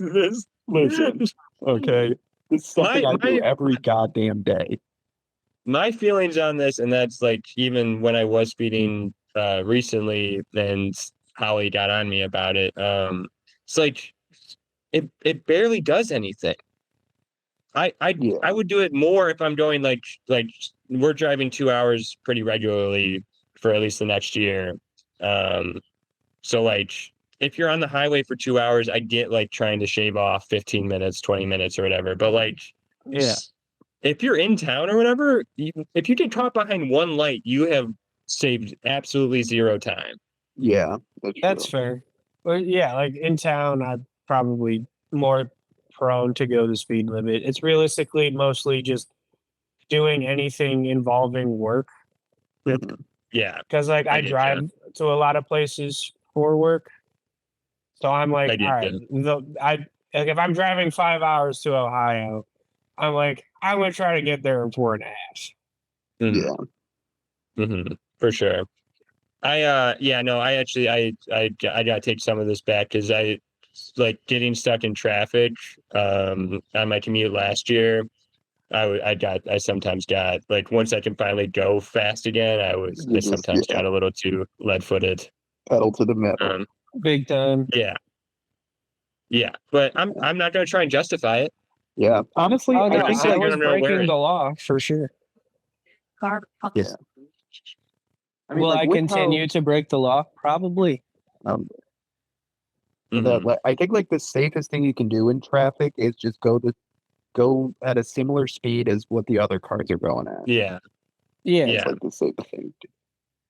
exactly. Mhm. Yeah. Yeah. Mhm.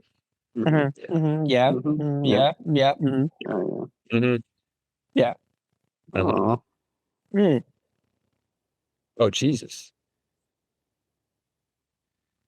Julio Shakir just got a shit kicked in. Oh, He's fine. He got up. did he get like Antonio Brown, where he was like defending something and somebody just kicked him in the chest? No. No. It was basically like if it was to the head, he would have been taken out of the game for sure. But it was to the pads, like so he was able to get right up. But it was definitely it looked very hard. Sure. Um. Why are people Oh, checking in Colin on my Jost and screen? Michael Che have a comedy special out. Oh, like together? Do they really? A Peacock live comedy event. Colin Jost and Michael Che present New York After Dark. Because I don't Okay. think they're not. Are they still the head writers? I don't No, know. they stepped down as head writers. I guess, do they still do what's They it still do called? the weekend update. I was gonna I say know that they- any of the times I've watched SNL in the last like 3 years has been pretty much just to watch Weekend Update. yeah, it's like by Mhm. far the best part. Oh yeah. I do think that It's like Michael Che is legit. I think one of the best comedians working today. I think he's Mhm. Oh, hilarious. he's very funny. Which is um why I always feel bad on Weekend Update. They always seem to like give Colin more jokes and more rope. Yeah, that's true. Michael always breaks. yeah, Yeah. Michael laughs a lot, Yeah. apparently. Oh yeah. I mean, It sure. doesn't matter. He's doing weekend update. Exactly. Like it's not like he's like skits. And haven't we Um, gotten to the point where breaking on SNL is more fun than not breaking? Like it makes the show better. yeah. Anything to make that show better. Do Yeah. it. Do it. Yeah. Do Yeah, it. Oh for my real. god. How The do I last- know it's funny unless they laugh? You know? Exactly. Yeah, That was exactly. that was part of what made Leslie Jones so great on SNL. Because if she broke, you knew something funny was happening. Yeah. Is she gone that's now? true. She's been gone. Oh man. Is Keenan still there? Yeah, I Yeah, think he so. is. He's Jesus. one of the few bright spots, but like it's still, you know.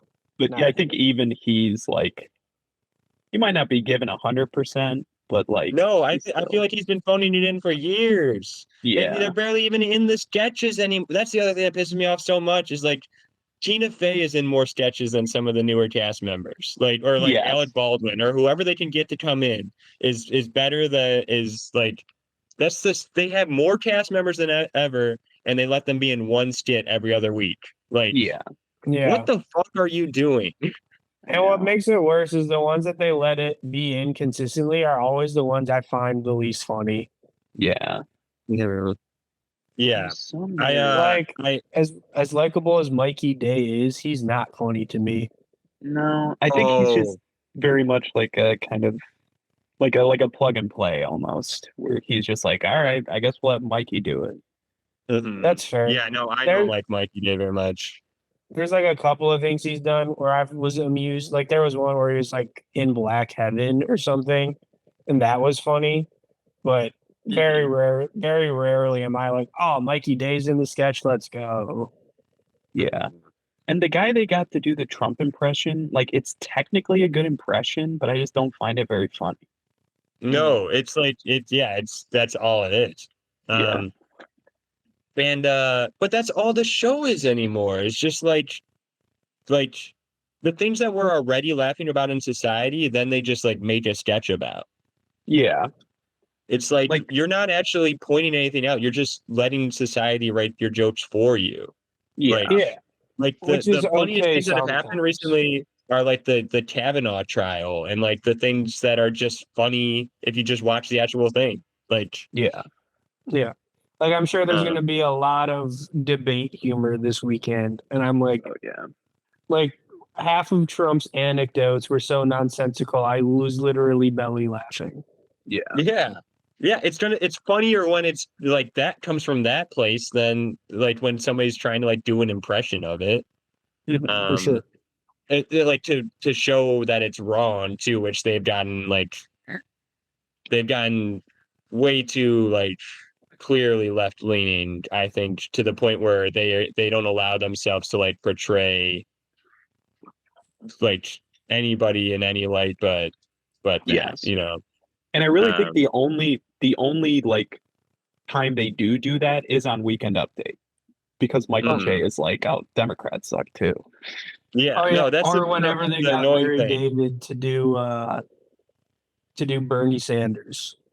Yes. Yeah, That was funny. that was funny. But that's because Larry David is funny. That's not even because Yeah. like he made that funnier. Like, Like No, he I wasn't even agree, doing a but Bernie I'm- Sanders impression. He was just No. doing Larry David. Yeah, he was doing Larry David but pretending to be Bernie Sanders. yeah, Bernie Sanders was the very yeah, it literally was like Curb Your Enthusiasm and Bernie's reality. Yeah. Yeah. Also, my and I watch it too. My family watches Finding My Roots, which is like when they bring celebrities on and then like trace their Yeah. ancestry.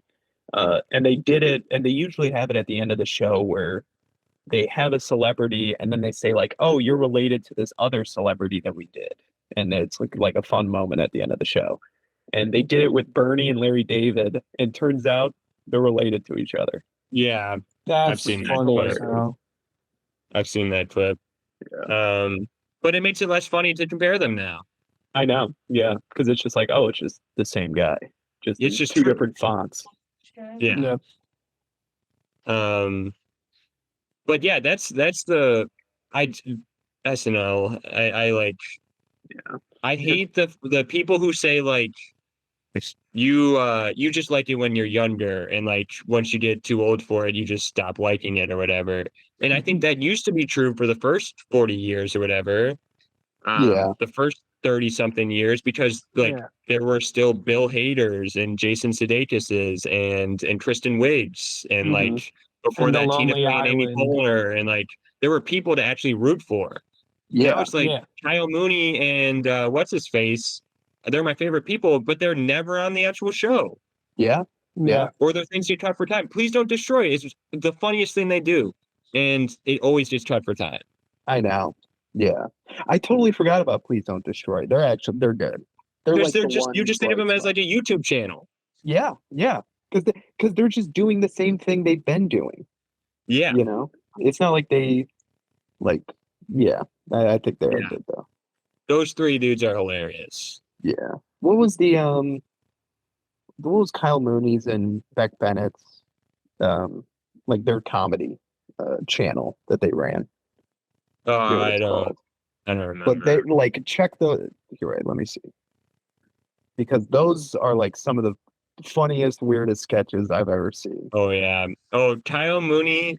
One of my favorite like things ever is Kyle Mooney. Like, he's like moving in with somebody and like at the same time like trying to convince him to like throw a party and like do all these things. And it's just like it's not even a funny concept. It's solely the way Kyle Mooney is just like his delivery. There's something about the way Yes. he like what?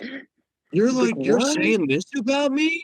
Yeah. Like he's just there's something so like genuine, but like like just stupid. It's like it's Yeah. just it's so perfect.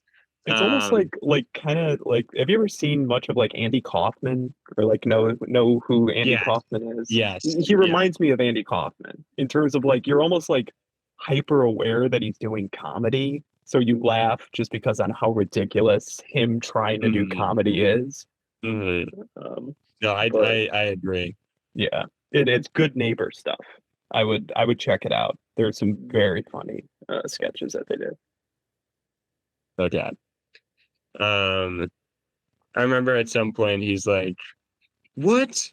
I thought we were gonna go Dutch with this." Like he's just he's constantly surprised. And that's like, it's so funny to feel like moving in with somebody and constantly like realizing you don't have a certain relationship with them, and like it's great.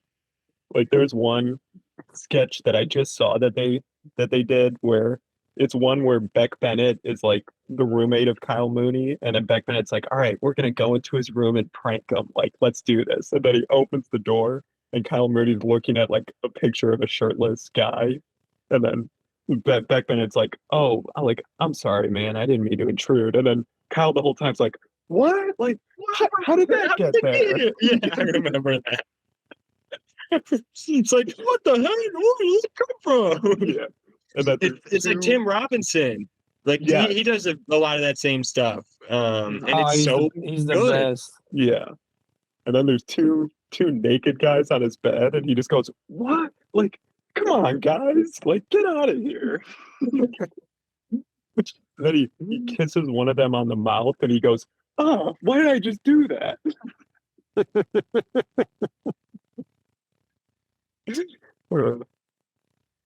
Do you guys watch Tim Robinson's show on Netflix? Oh yeah, religiously.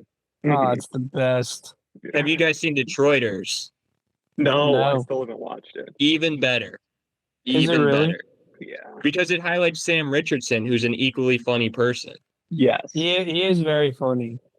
And they're like the funniest duo. Like I can't stress enough how like I have bought Paramount Plus like twice in the span of the past like 2 years just to watch that show, like just to binge it, and then I immediately get rid of it again because it's so funny, and it's just at no point is it not feel good either. Like that's the thing is like it doesn't go to the weird like existential lengths that like I think You Should Leave does. Mhm.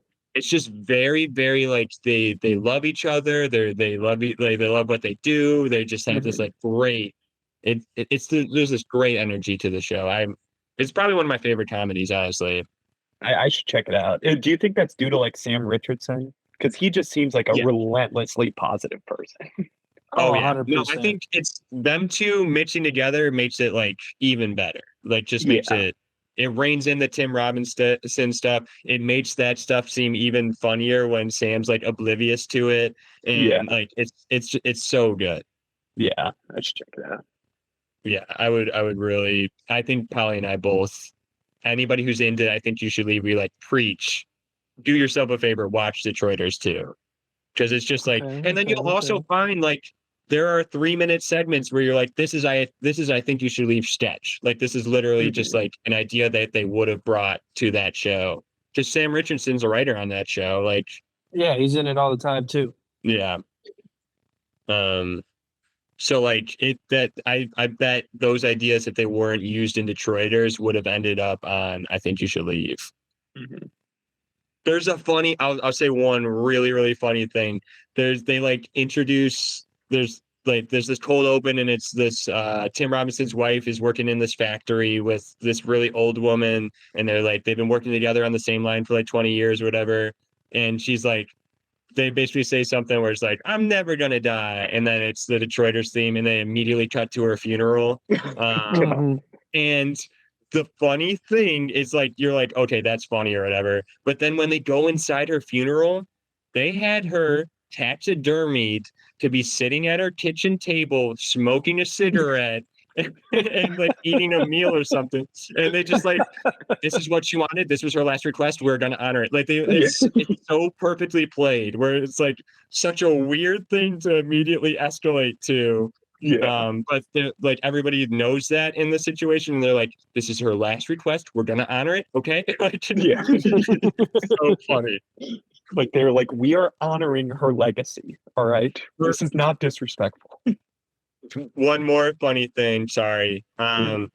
Then her widow. The rest of the episode, just like is making Tim Robinson feel so bad trying to get him to make him sandwiches because that's like the main thing he misses about his wife.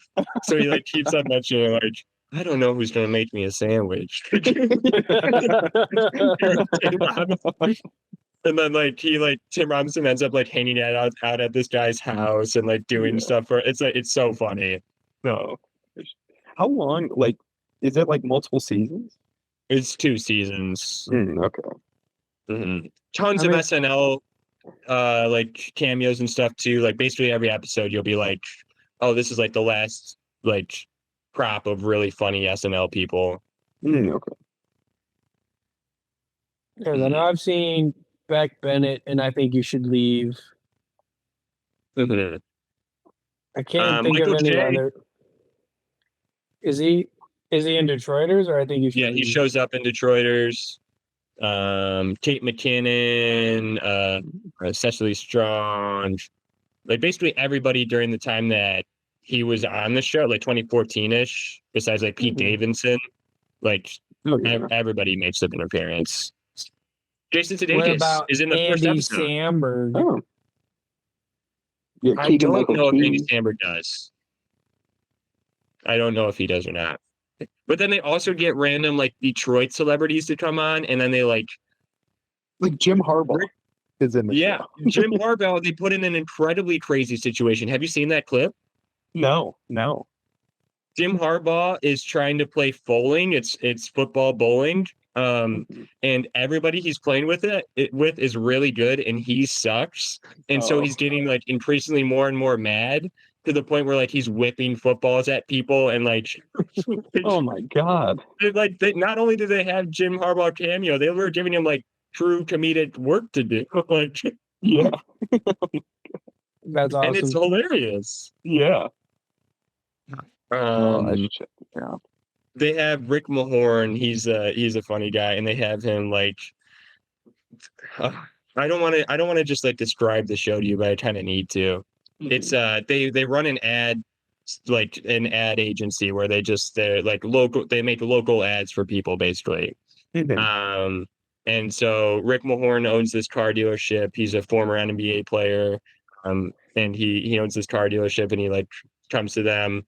And then at some point they're having this conversation in the office about how like we would be getting so many more views if we didn't have acting like Rick Mahorn. And as they're saying that, Rick Mahorn is like walking into the office, bringing them flowers or something, and just gets really sad. And then there's this like Charlie Brown sequence of him like walking away, very sad. And then the dude joins an acting class, and they get him to like play like basically it's like a 2-person play, and he plays like a son, and then they keep on referencing mama, and then eventually he goes off stage to get mama, and then he gets dressed up as mama, and then he comes back out as mom. It's so fucking funny, and he gets like a standing ovation for it. Like it's so perfectly played.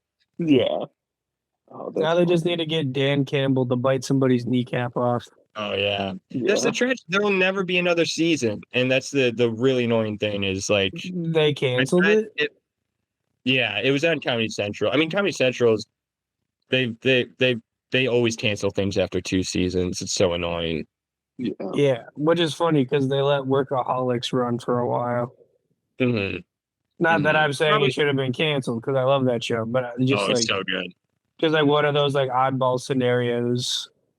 Yeah. Oh yeah. I think that was just like more of a breakthrough. Like it had a little bit more of a brand to it, I guess. But yeah, no, I definitely overall, I don't understand why certain things do, and then like South Park just gets a million years pre-ring. But they deserve it. But like still. Yeah. And then the Jesselnick offensive is off after 1 season or whatever. Yeah. I think Nathan For You got canceled. I don't think it actually he like decided to stop doing it. I think it got canceled. Oh wow. That's crazy. Maybe not. I'll need to look into that. Yeah, let me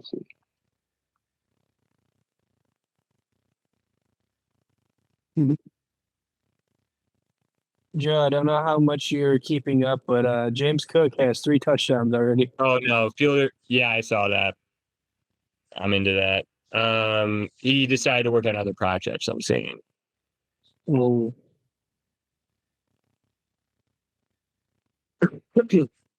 Probably The Rehearsal. Have we talked about that? Oh my God. What an abs like I think that entire like show is wild, and what it gets into later in the series is Yeah. like much more introspective. But I think the first episode of that show, I remember watching it like just as it came out, and I was like, I've never been so like gobsmacked by an episode of television ever, that I'm like, just the lengths he goes to in order to Yeah. do this. Oh yeah. And then literally, yeah, it's like that the whole season is almost like a macro version of your experience watching the first episode, where it's like he Yeah. just keeps revealing how much he's thought through this process and how many Mhm. more layers there are actually to this thing than you thought. Like Yeah. but it's so fun. It's like the second episode, I think, is the one that opens with just like the before they even explain the baby thing or like Angela or anything, Oh they yeah. just they open on them like switching out the child actors in a very Yes. like to make it seem like to not disrupt Angela's situation or anything, and like Yeah. it's so choreographed and everything just to make it seem like that show is insane. And then the Yeah. episode that always gets me is the one where the acting class one, where he's like Yes. living in that dude's apartment, and then at some point he's like, I want to be an act, and he like literally looks at the camera in the room. He's like, I should be acting this way because I want to be on camera. Like, Mhm. and like it just that's probably the most meta and anything I've ever watched has gotten, because I don't know Yeah. how it could get any more meta. Like, Mhm. what show is this?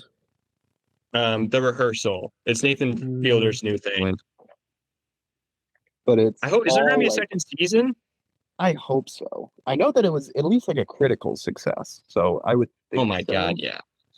But The things I read about it was like, this is yeah, because have I you don't even heard of it consider it at all? comedy by the end. I consider it like performance art, It like really is. Yeah. like But true trying to invent new genres. Like yeah. Have you it's like insane. yeah, AJ, have you like heard of the show? Do you know what it's about? Not even once. Okay. Do you know Nathan For You? Like Nathan Fielder? I'm aware of it. I know who Okay. Nathan Fielder is. I'm aware of Nathan For You. Okay. But he did so he basically like followed it up on HBO with this show called The Rehearsal, that was basically he would find people who like the first episode is about this guy who basically kind of like wouldn't even like he did lie technically, but he just kind of like he basically lied to his friend group or his trivia group about having an advanced degree from like a college. He only had the bachelor's, but he said that he had a master's. And he basically said like it was such a small little thing, but I've like repeated it for years now, so now it's this big thing. And he was basically so nervous as to like, I need to tell one of my friends, but I need to kind of like, I need help in order to like find what I should do or how I should say this. And that Nathan Fielder runs with the idea as no man has ever run with an idea. I mean, he completely recreates the bar that this conversation is gonna like a pure like real life size model. It's in a warehouse, an entire bar that he builds and like recreates. And he's basically trying to like eliminate all uncertainty from the situation. He wants to predict everything. He wants to know exactly like what he's getting into. It's a really like weird show to describe just because it just keeps on like it just gets more and more insane until you're like, what the fuck am I even watching? Yeah, Right. and like what you said about like he just takes that idea and runs with it. Like he does that. Like the show is set up as like, or you think like every episode is going to be about one person getting to rehearse one thing, but the show very quickly turns into like an exploration of Nathan, an exploration of like child raising, and that's like he just runs with ideas in ways that like it's hard to like think of comparisons. Like Yeah. It's he one of literally he takes things to the highest possible degree always. Mhm. And it's awesome. Yeah. I would say watch the first episode, and if you like it, then watch the other ones. Because the other ones are weirder and get like down a different path. But I think the first episode, it grabbed my attention like no episode of TV ever has. So I watched that first episode, and then I went on my brother's bachelor party, and uh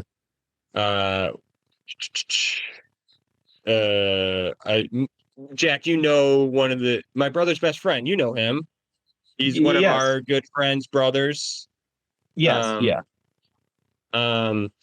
He and I were talking about the first episode, and we're like, oh, I'm so excited for the rest of the season, and like we were trying to predict and everything, and like we were totally wrong, like just totally wrong about what the show is actually going to turn into. Yeah. But it's all, I think it's all like actually valuable to experience. Like, yeah, it really makes you think about Yeah. like, well, what do I do in my own life to like, does this really matter? Does it like, can you predict situations? Can you like, you know, it raised a lot of questions that I haven't even answered to this day. So That's what you need season 2 for. oh yeah, it's coming, baby. yeah. Oh my God, that show. Yeah. I haven't seen The Curse yet, which I know was Nathan Fielder with Emma Stone. And I heard that was a very like very similar, very genre bending. very like we only watched one episode, but like within that episode you could tell like it was going to be a very weird experience. There's like hidden camera vibes a lot of the time, like very fly on the wall to the point where you're uncomfortable of like seeing situations play out. Like it's crazy. I mean, yeah.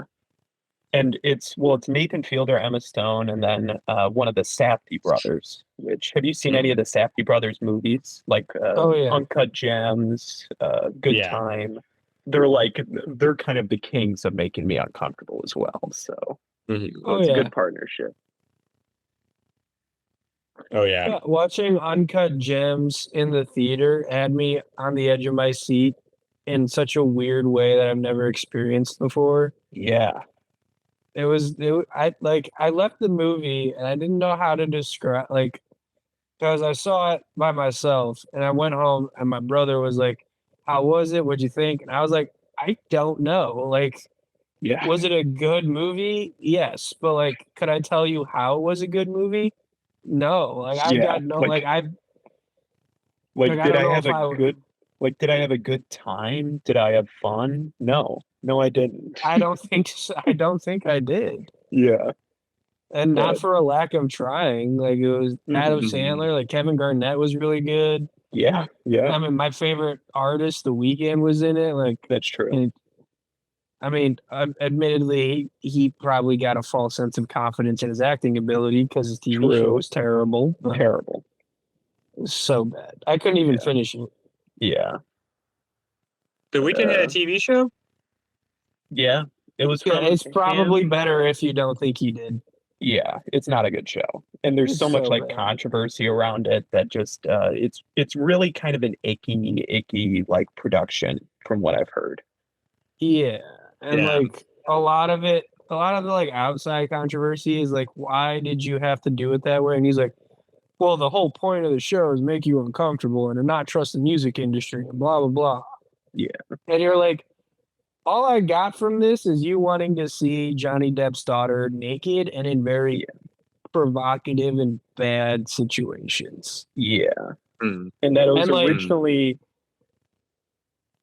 originally like a female writer that wrote it, and that it was meant to be like more so about like the exploitation of the pop industry.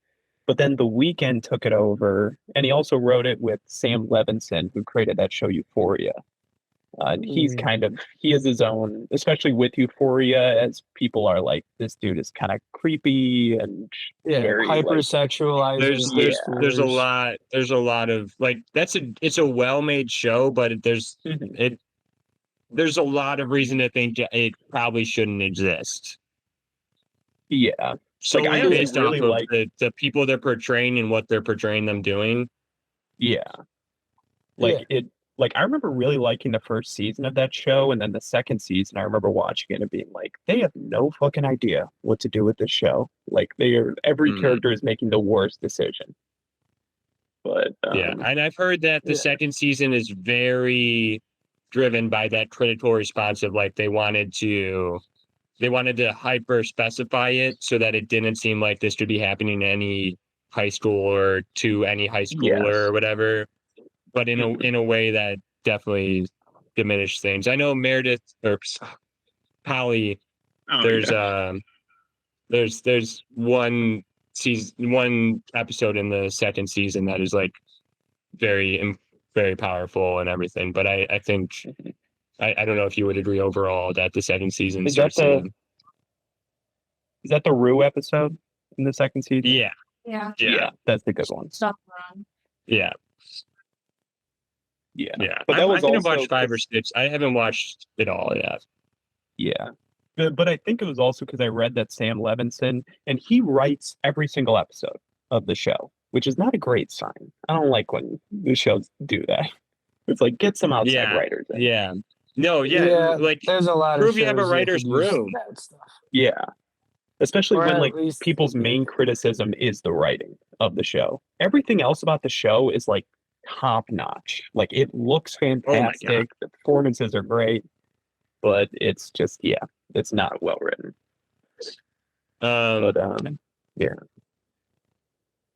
Yeah. Oh, what was that? I agree. But I was going to say that the only.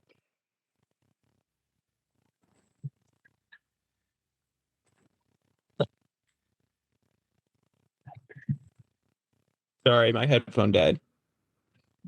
But I gotcha.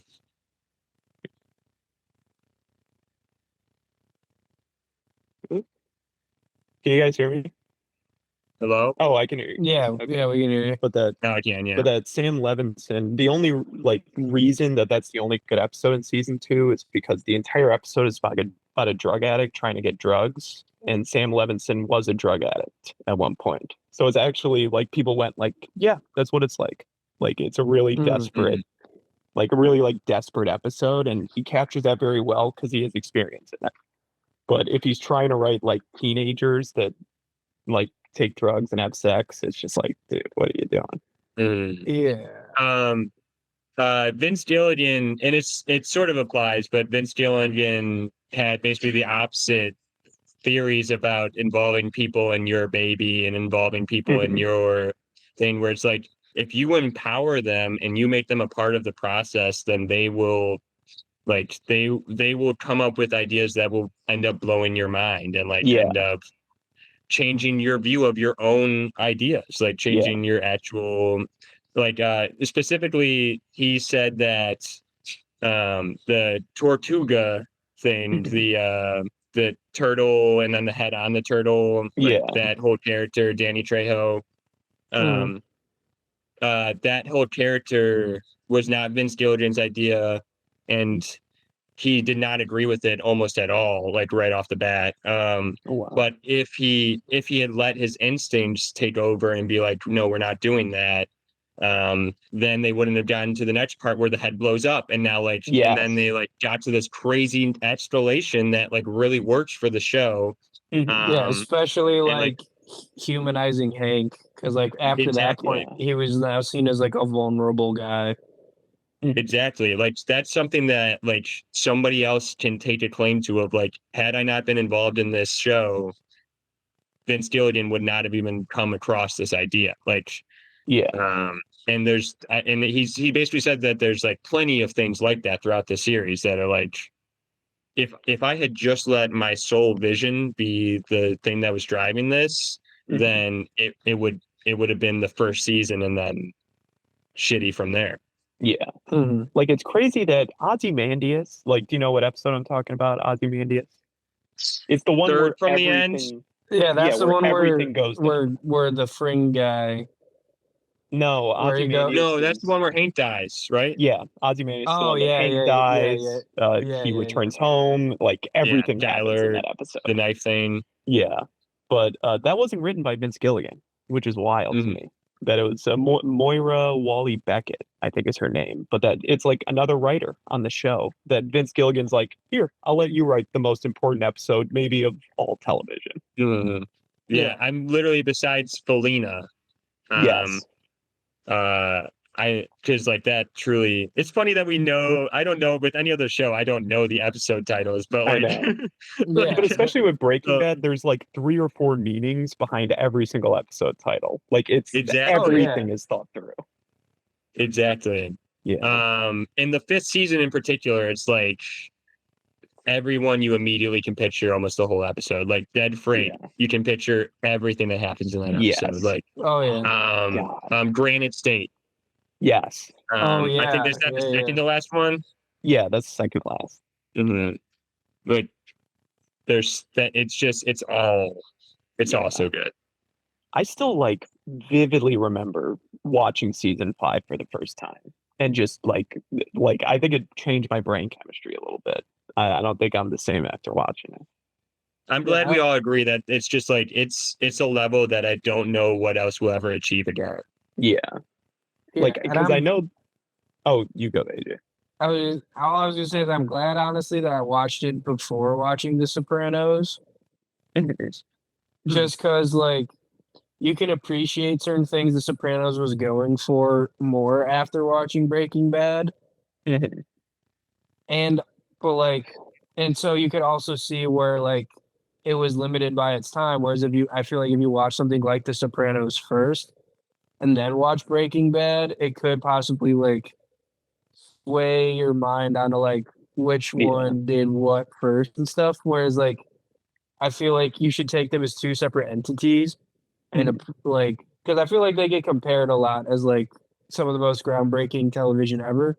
Yeah, Like, And I mean, so, I think I've heard Bryan Cranston say like there would not be Walter White if there was no Tony Soprano. Like, that was his main influence. yeah, for sure.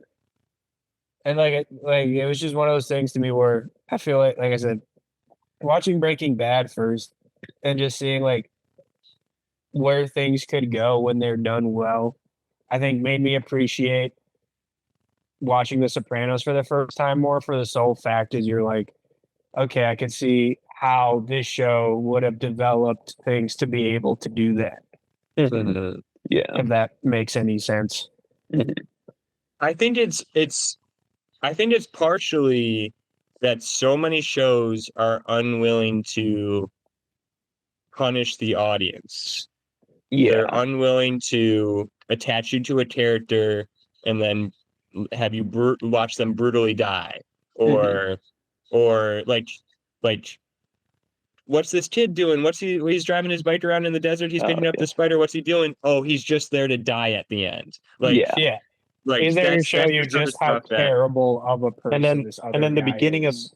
and then the beginning of the next episode is literally like 5 minutes of them like digging up and dissolving his body. Like, Jesus Yeah. Christ. It's visceral. Like Yeah. even though you know it's not real, and that actor probably comes out and he's like, it was awesome that I got to be involved in Breaking Bad. Like, he loves that. Like, nobody Yeah. was hurt by that moment. But it's just like it's unafraid to kill a kid in front of you. Like, it's unafraid to do that, and I think that is incredibly powerful. Yeah. And it also did the opposite. Like, it was like totally willing to orphan a child in front of you. And you just kind of sit there helpless like Jesse. Like, in that moment, the audience is Jesse, and you're like, you just see just how far things can go. Yeah. Yeah, no, literally, you're talking about when Todd kills his what's her name? Yes. Yeah. I can't remember her name. I can't remember her name. Jane 2.0. Yes. She was nice. She was just a regular lady. But then what stinks is there's like Yeah. shows like how Game of Thrones did it, where it was just like all punishment to the thing. Like they don't like they Yeah. didn't do it. They didn't do things like Breaking Bad as artfully. And instead you're just like, you like this guy? He's dead. Yeah. Yeah, no, I guess it can happen again. It's just got to be the right people that are willing to like truly think Andrea. out a story and like truly think about like all the characters, and then on top of that master the art of visual storytelling so that you can like not feed all this information to your audience, instead show them through 5-minute long scenes and like through like watching a character drive, and then like just literally you can see through his facial expressions like the thoughts that he's having, and like Yeah. there's certain scenes where you literally like you just know what's about to happen next solely because they spent more time like showing you. They spent more time not telling you. Yeah. Yeah. Yeah. One movie that I think actually kind of does something similar pretty well that gets overlooked a lot is Star Trek Into Darkness. Okay. I don't think I've ever seen it. That's one of the new ones, though, right? Yeah, so obviously you have like the first Star Trek reboot with the Chris Pine, Kirk and stuff. Mhm. And like that was like fun, cool. Like the J.J. Abrams lens flares works really Yeah. well with Star Trek and stuff. But the thing that Into Darkness does that like has just made it one of my favorite movies of all time is like throughout the movie, you kind of have no idea who to trust or what's gonna happen just because of like how well you know certain characters and how well you think you know certain characters. But at the very end of it, it like or like there's like a point there's like 2 points in it where things turn on a head. And like I don't there's like very few mediums that do things like that as well as they do. Yeah. Because like at one point you're like, all right, cool. They're going on this mission to stop these people or whatever. And then you're like, all right, the mission has like a caveat to it because you're like, why were we stopping this person in the first place? And you're like, oh, the person who you think is the bad guy might not actually be the bad guy. And like, so then you start going down the path. You're like, all right, maybe I can trust this guy. And then it turns on a dime again. And you're like, oh, so I couldn't trust anything I've seen this whole time and everything is fucking insane. Yeah. Like, And I know because. Oh, what were you going to say? I was just gonna say, like, so I was gonna say in terms of like what Breaking Bad, you don't really know what's gonna happen next because it like lulls you into certain things and then hits you with like the most visceral curve. Yeah. And I was just saying, like, something that there's like other ways people can do that, which is why I brought up Star Trek because it was like you're going down a path and it lulls you into the path of like a story you're familiar with because it's Star Trek. It's, world renowned. People at least are vaguely aware of it. And like follows a path because it's a reboot. So you're like, oh, okay. Like I remember, the first time they brought up this guy Khan before. So like I know he's bad and whatever. But then it like takes you through this way to lull you in and then curve you at the right moment so as to like fully actually encapsulate the audience. Yeah.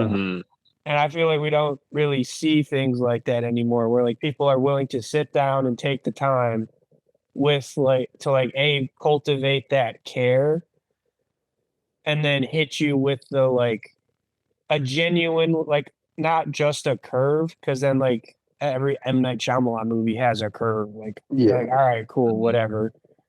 But like lull you into that like your own accidental false sense of security and then hit you with a big enough curve that it actually makes that false sense of security impactful.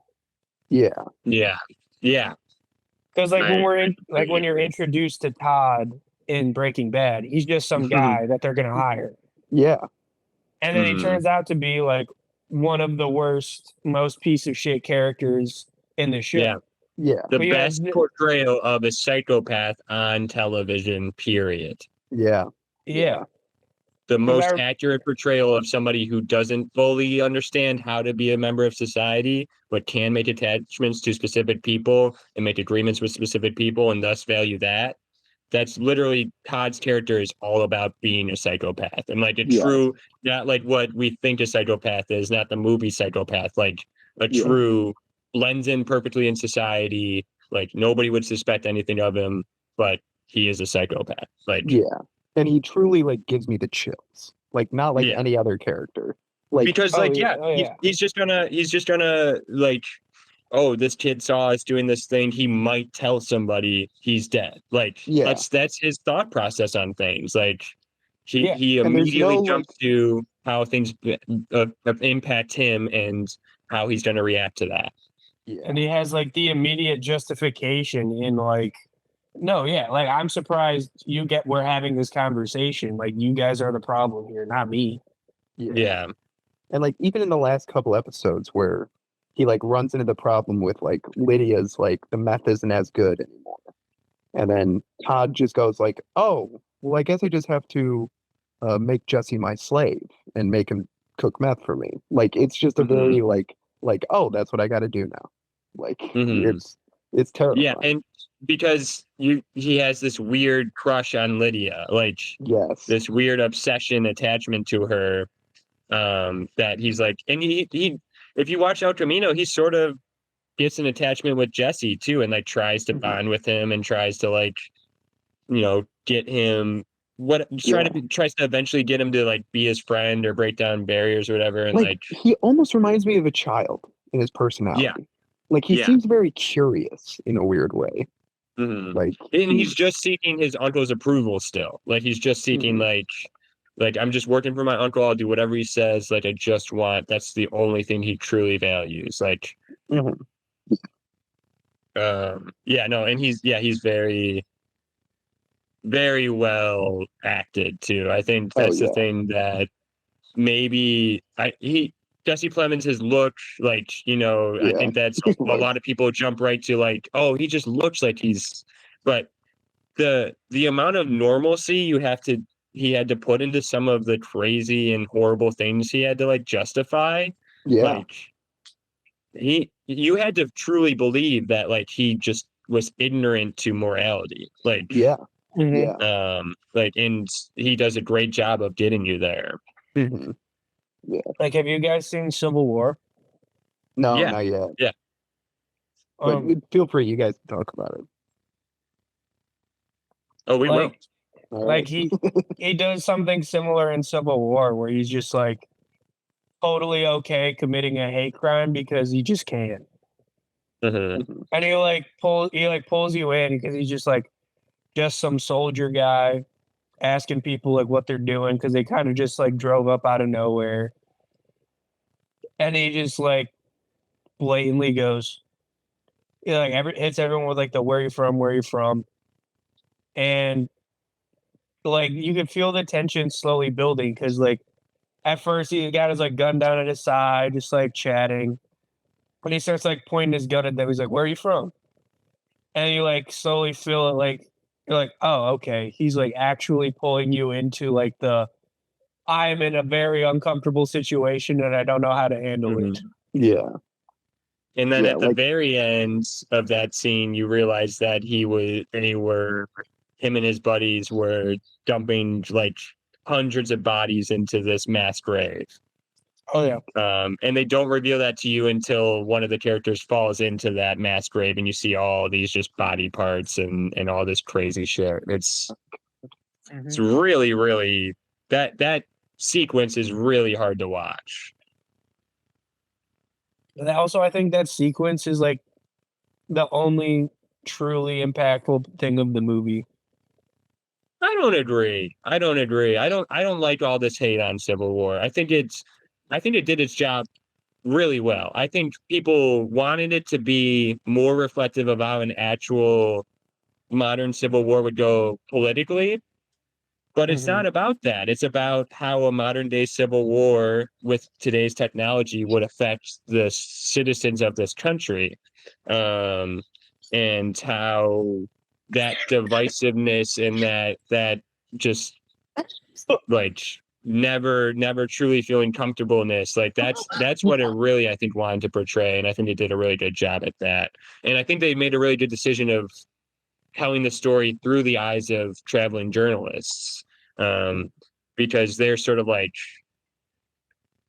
people who can have a more, they don't have a true role in this. They're just more an objective fly on the wall. So like you get to see a lot of like the intensity without feeling like, like it's glorified, or like it's more like something crazy will happen and then the journalist would come and be like, talk about why that was very traumatic and like why that was, not a good thing. The one thing I agree is like by the end, the very end, the White House stuff, that is probably glamorization. That is probably glamorization for sure. And sensationalization. All right, guys. I'm gonna have to dip. I gotta go to bed for work. All right. Okay. Thank you, Peace. AJ. Have fun Peace. chatting. Peace. Oh out. yeah, wait, real quick. Give me a score prediction of Packers Colts. I'm gonna say 31-14 Colts. Wow. Wow. You're going with the Colts Wow. on it. Well, mostly because Anthony Richardson is unpredictable, and I can't imagine Malik Willis doing all that well. So like, it'll be like a Josh Jacobs rushing touchdown, a Malik Willis like walk-in touchdown on like an Anthony Richardson bad interception kind of thing. Yeah. But I also can't see our defense that handled Saquon so poorly be able to handle Jonathan Taylor and Anthony Richardson. And then he also just has a cannon of an arm. So like even if we like actually get him under pressure, he could also just like you saw in the game last week, he slipped and then threw a 60-yard touchdown in the air. Yeah. Like wasn't a catch and run. Like he caught it in the end zone. Like there's not a whole lot you can game plan around that, especially when you're on your backup quarterback whose tape is not great. So all right, I love to hear it. I think the Packers are going to be 0-5 soon. I think that's what I've been hearing. Yeah. I wouldn't go that far. I mean, the Titans lost to you guys, and you guys didn't score an offensive touchdown, so I wouldn't write us off for that one. But we have a way better defense than the Packers do. 1-4, I would say is accurate. 0-5, I think, is egregious. Agree. Okay, 1-4 is completely realistic. 0-5 is egregious. Yeah, well, we haven't started 0-2 since 2006. That doesn't mean anything to me. Okay, I'm just saying, historically speaking, You haven't had we're going to pick up at least one win. You haven't had a quarterback miss games the first at least 6 games of the season. I'm pretty sure we have. Aaron Rodgers got hurt in that week 1 game. That's the only time I can think of. And he played the next week. Like he didn't even. I don't think he did. Again, he got hurt in that Bears game, and then he played the next week. I know for sure he did. Did he? Not well. All right.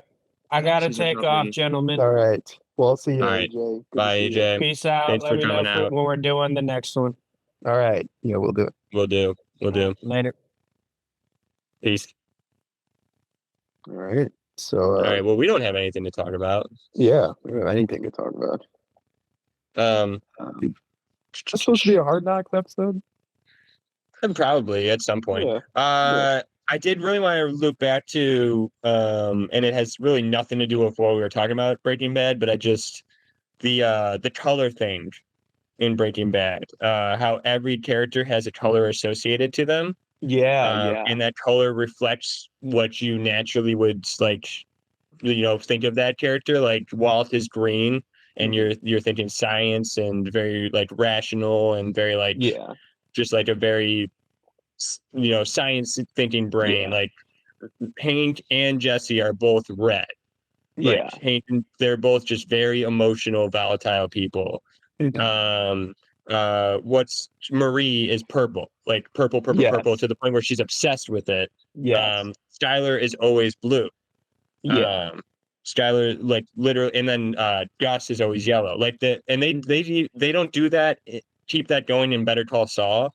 But I do think that's part of the really, really effective, like, just like the level of detail they went into with the symbolism involved, where like every scene you're watching, like basically every element of what you're looking at was thought out, was placed there with a purpose. They want your eyes to be drawn to it if you're looking at it. Like, at no point are you ahead of the people working on that show. Like, Yeah. they are controlling the way you perceive it every step of the way. Yeah. And especially with like color theory and how we perceive colors, so much of it is just subconscious. So like even if viewers aren't able to like specifically point that out, they still get the feeling from that. They still get like, oh well, it's subconscious, so they don't even say it to themselves, but that it's yeah, it's just something that they do perceive, that once someone does point it out, they're like, oh yeah, that's right. Yeah. Oh yeah. I'm trying to think of other big ones. Todd was also, I feel like, pretty green most of the time. Yeah.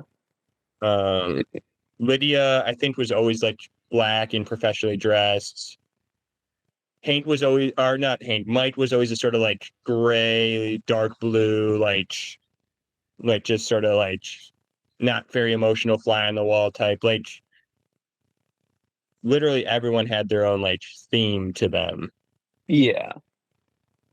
Besides Walt Jr. Yeah.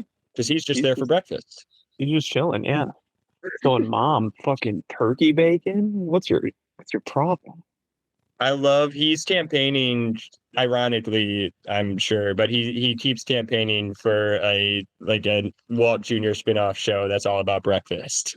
Well, oh, that's funny.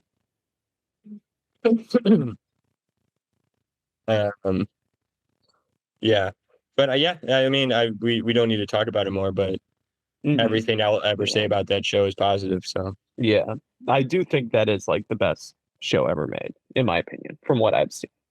yeah, exactly. Like, if I haven't seen it, I can't say for sure, but like, it's very hard for me to think that anything was put in, that anything had the same amount of love put in every aspect of it. Yeah. Like, including like Bryan Cranston is the main character. He's a director for a lot of the later series. Like, he's very involved in the acting direction. Like yeah. They let the people involved like really make decisions, and I know Aaron Paul was really involved in a lot of things too. Like, and so it's just like it's when you empower people and when you make it a team effort, then it is rewarding in the end. Yeah. Yeah. Like, And even I feel like so many shows are run from the top down, and that's part of the issue, is then it becomes someone's sole perception, or like as much as people can do to fit in their ideas within this, mainly what this one person wants or whatever. Yeah. Yeah. And oh, I was gonna mention, like, even like Bill Burr is in that show, and he fits so perfectly into it. Like, but I feel like they just wrote, it wasn't like because it always feels like if you have someone like Bill Burr in your show, it's kind of like, oh, I just wanted Bill Burr in my show. Like, he'll just make Bob Odenkirk. Yeah. But they just fit them around these characters that are just so like, that just feel like they're like set in stone in that world. Like, it's not like they just created these to be like, oh, we just want a funny guy or a comedic relief. Like, Saul Goodman is such, it makes you understand that world so much better. Yeah. Like, knowing who Saul Goodman is. Exactly. And the characters of that world treat him the way he, like, you would think in real life that character would be treated. Like, yeah. Like, especially in Better Call Saul, like, everybody's shitting on him. Like everybody is like, Yeah. even before he's an actual immoral lawyer, like they're like, Mhm. you're not a lawyer like innocent people hire. You're not a lawyer. Yeah. Like, so like that they're Mhm. I Yeah. agree. Oh, yeah. Um, But, you got to watch Better Call Saul. You got to watch I it. know. I gotta finish it. I think I'm through. I think I'm on season 3 or 4, maybe around Okay. there currently. But I gotta finish it. I just got it. Yeah. I would even like don't even rewatch because the first 3 seasons are really, really good. I say Mhm. they're really good, but I can see how it's a slow enough burn that it's easy to fall off of, even though you're enjoying Yeah. it a lot of the steps of the way. You're like, I can tune out pretty easily and come back to it. Like, Yeah. by the time you get to like the end of the 4th season and then the 5th and 6th season, the 6th season is like I've heard not it's like peak Breaking masterpiece. Bad. Yeah, but it's damn close to peak Breaking Bad. Like it's damn close to the 5th season of Breaking Bad. And I would say it's better than like the 1st and 2nd season for sure. Mhm. Like, Oh, okay. and all of the visual storytelling, like I've said before, I think, in Better Call Saul, only because they were able to learn all the people are still involved from Better Breaking Bad, Mhm. and they were able to learn the lessons of how we should frame things, what like how objects are important in scenes, like if you place something here and an audience is going to look at it, so be intentional about that. Like Yeah. that sort of stuff is all like immediately clear in Better Call Saul that's sticking around. And Yeah. by the 5th season and the 6th season of that show, they are just like they're running circles around any other show with the Yeah. cinematography and the symbolism within the cinematography and like the way they use objects to symbolize different things. And Mhm. like there's a scene where the other main character is Kim. I'm Mhm. sure you know. Yeah. Kim Um, Wexler. yeah. There's a scene where they're just like silently standing on a balcony, the two of them, and they both had really shitty days, and they don't even really talk to each other or anything. They just, I think Bob sets a beer bottle like on the balcony, Mhm. and you're just like you as an audience member start to worry like, oh, it's gonna fall, like you they start to Yeah. like think about it a little bit. And then and then they just like keep that in frame, and then they're just still sort of like maybe they're talking, but it's like fake talk. It's just like, like Yeah. you're not actually listening to the words because they're not being truthful.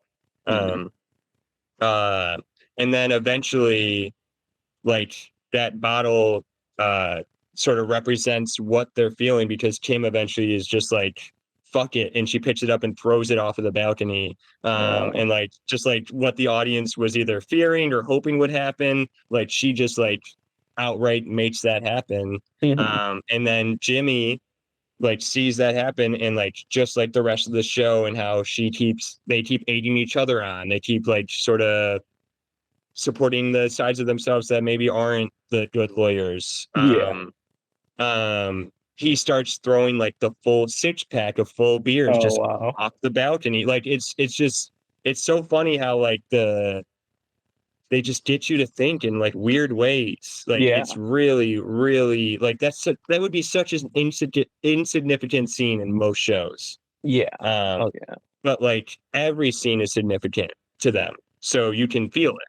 Yeah. Yeah. Absolutely. And there's so much you can just tell. Like, I even think visuals can say much more than words can. Like in a shorter amount of time. Like I feel like visual storytelling, if you can master that, like you can, I think you can deliver some like really powerful messages. I found. Oh yeah.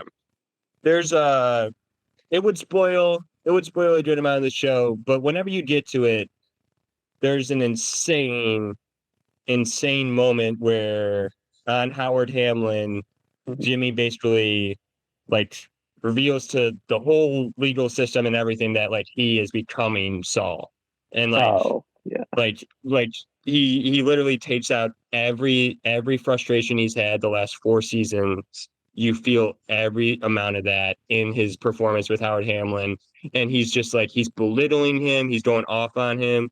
And it's just like, and it's also perfectly acted by Howard Hamlin because he's just like, he eventually just has had enough and he like sternly walks away. Like, Yeah. but it's just perfect and all.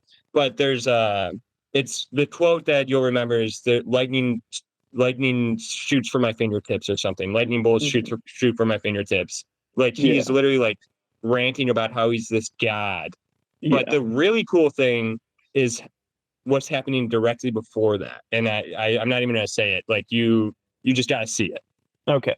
Yeah, I should. You just gotta see it. It's in the 5th season, I know. Okay. All right.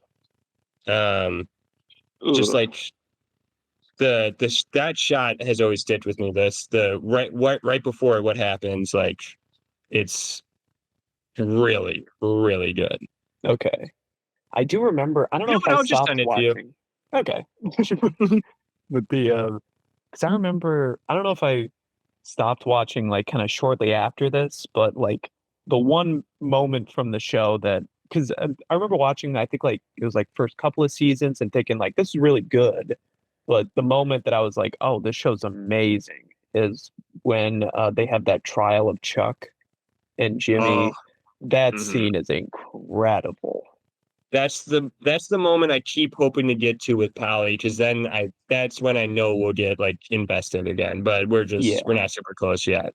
Oh, yeah. Because everything up until that point is literally build up to that point. Yeah. And then everything after that point is consequences for these two brothers fallout. Like yes. Yeah. And it's yeah, it's great. It's great. Yeah. I know. I feel like I should just get on that and just finish it. Like, because I know that like once I get into the meat of like the last seasons, it'll be a breeze. I'll just be clicking the next episode immediately. So the 6th season, like it will be hard to stop watching. yeah. Especially like there's a point where like you catch up to now he's just Gene. Like now, Yes. like there's that point is coming where now you get to see the aftermath of all Saul Goodman and Breaking Bad, and the very ending is literally a conclusion. It almost concludes both shows. Oh, okay. Even better than Breaking Bad could have, because they'd spent another 6 years like fleshing out more characters and giving them all very fitting send-offs. Nice. And I have heard that because I haven't seen him in the show yet, but I think is it Lalo Salamanca Oh is my like God. one of the best characters. Like I'm excited to see him. Oh yeah. He and like literally that's the thing is like people point out he's like I think he's in like less than 20 episodes if that. And yeah, no, he steals every scene. He is one of the most terrifying characters in that universe. Like you think like, oh, it couldn't possibly be, but then they do it. They manage to create another insanely well thought out and just another way to be horrified by somebody, like another way somebody acts. He's very pleasant, he's very charismatic, he's a wonderful people person. Like like unlike almost any of the other villains of the shows, like he's perfectly genuinely pleasant.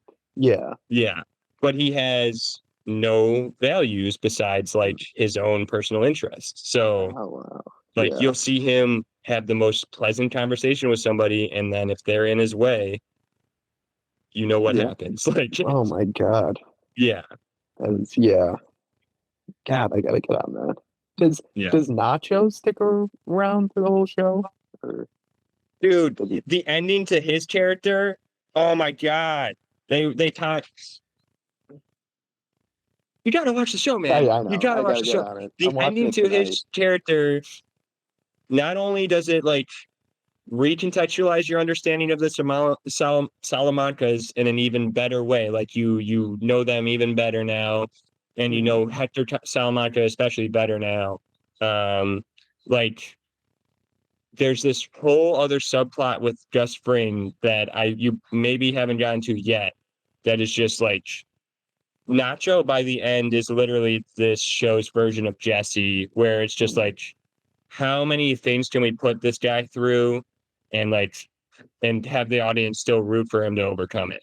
Yeah.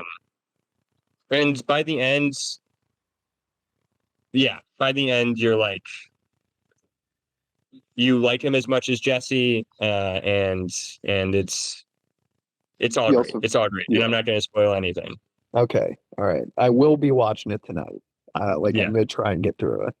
Not all of it. I'll tell, and even I would even say, like, if you need to, like, maybe watch a recap of like season 4 and start right on season 5 or something, so that you get Okay. like a true like sense, and like the season opener and the season finales are always going to be the most like momentous. Even in those shows, they're going to be like the ones that either enter you in the season properly or leave you hanging in the right way.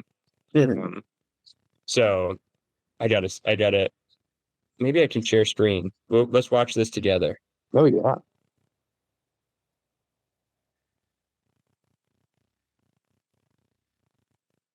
Oh yeah.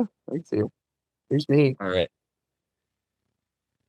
All right. So like this shot to start. Oh, I've seen this. Seen this shot. And this is literally the moment where you're like, Jimmy, you are now not a good person anymore. Yeah. And so like they, to show you that, they like show you two faces at once. Yeah. And then this moment happens.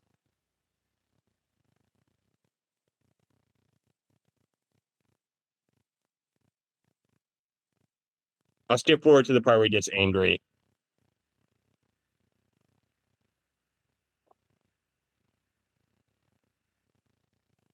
Oh, ha, ha.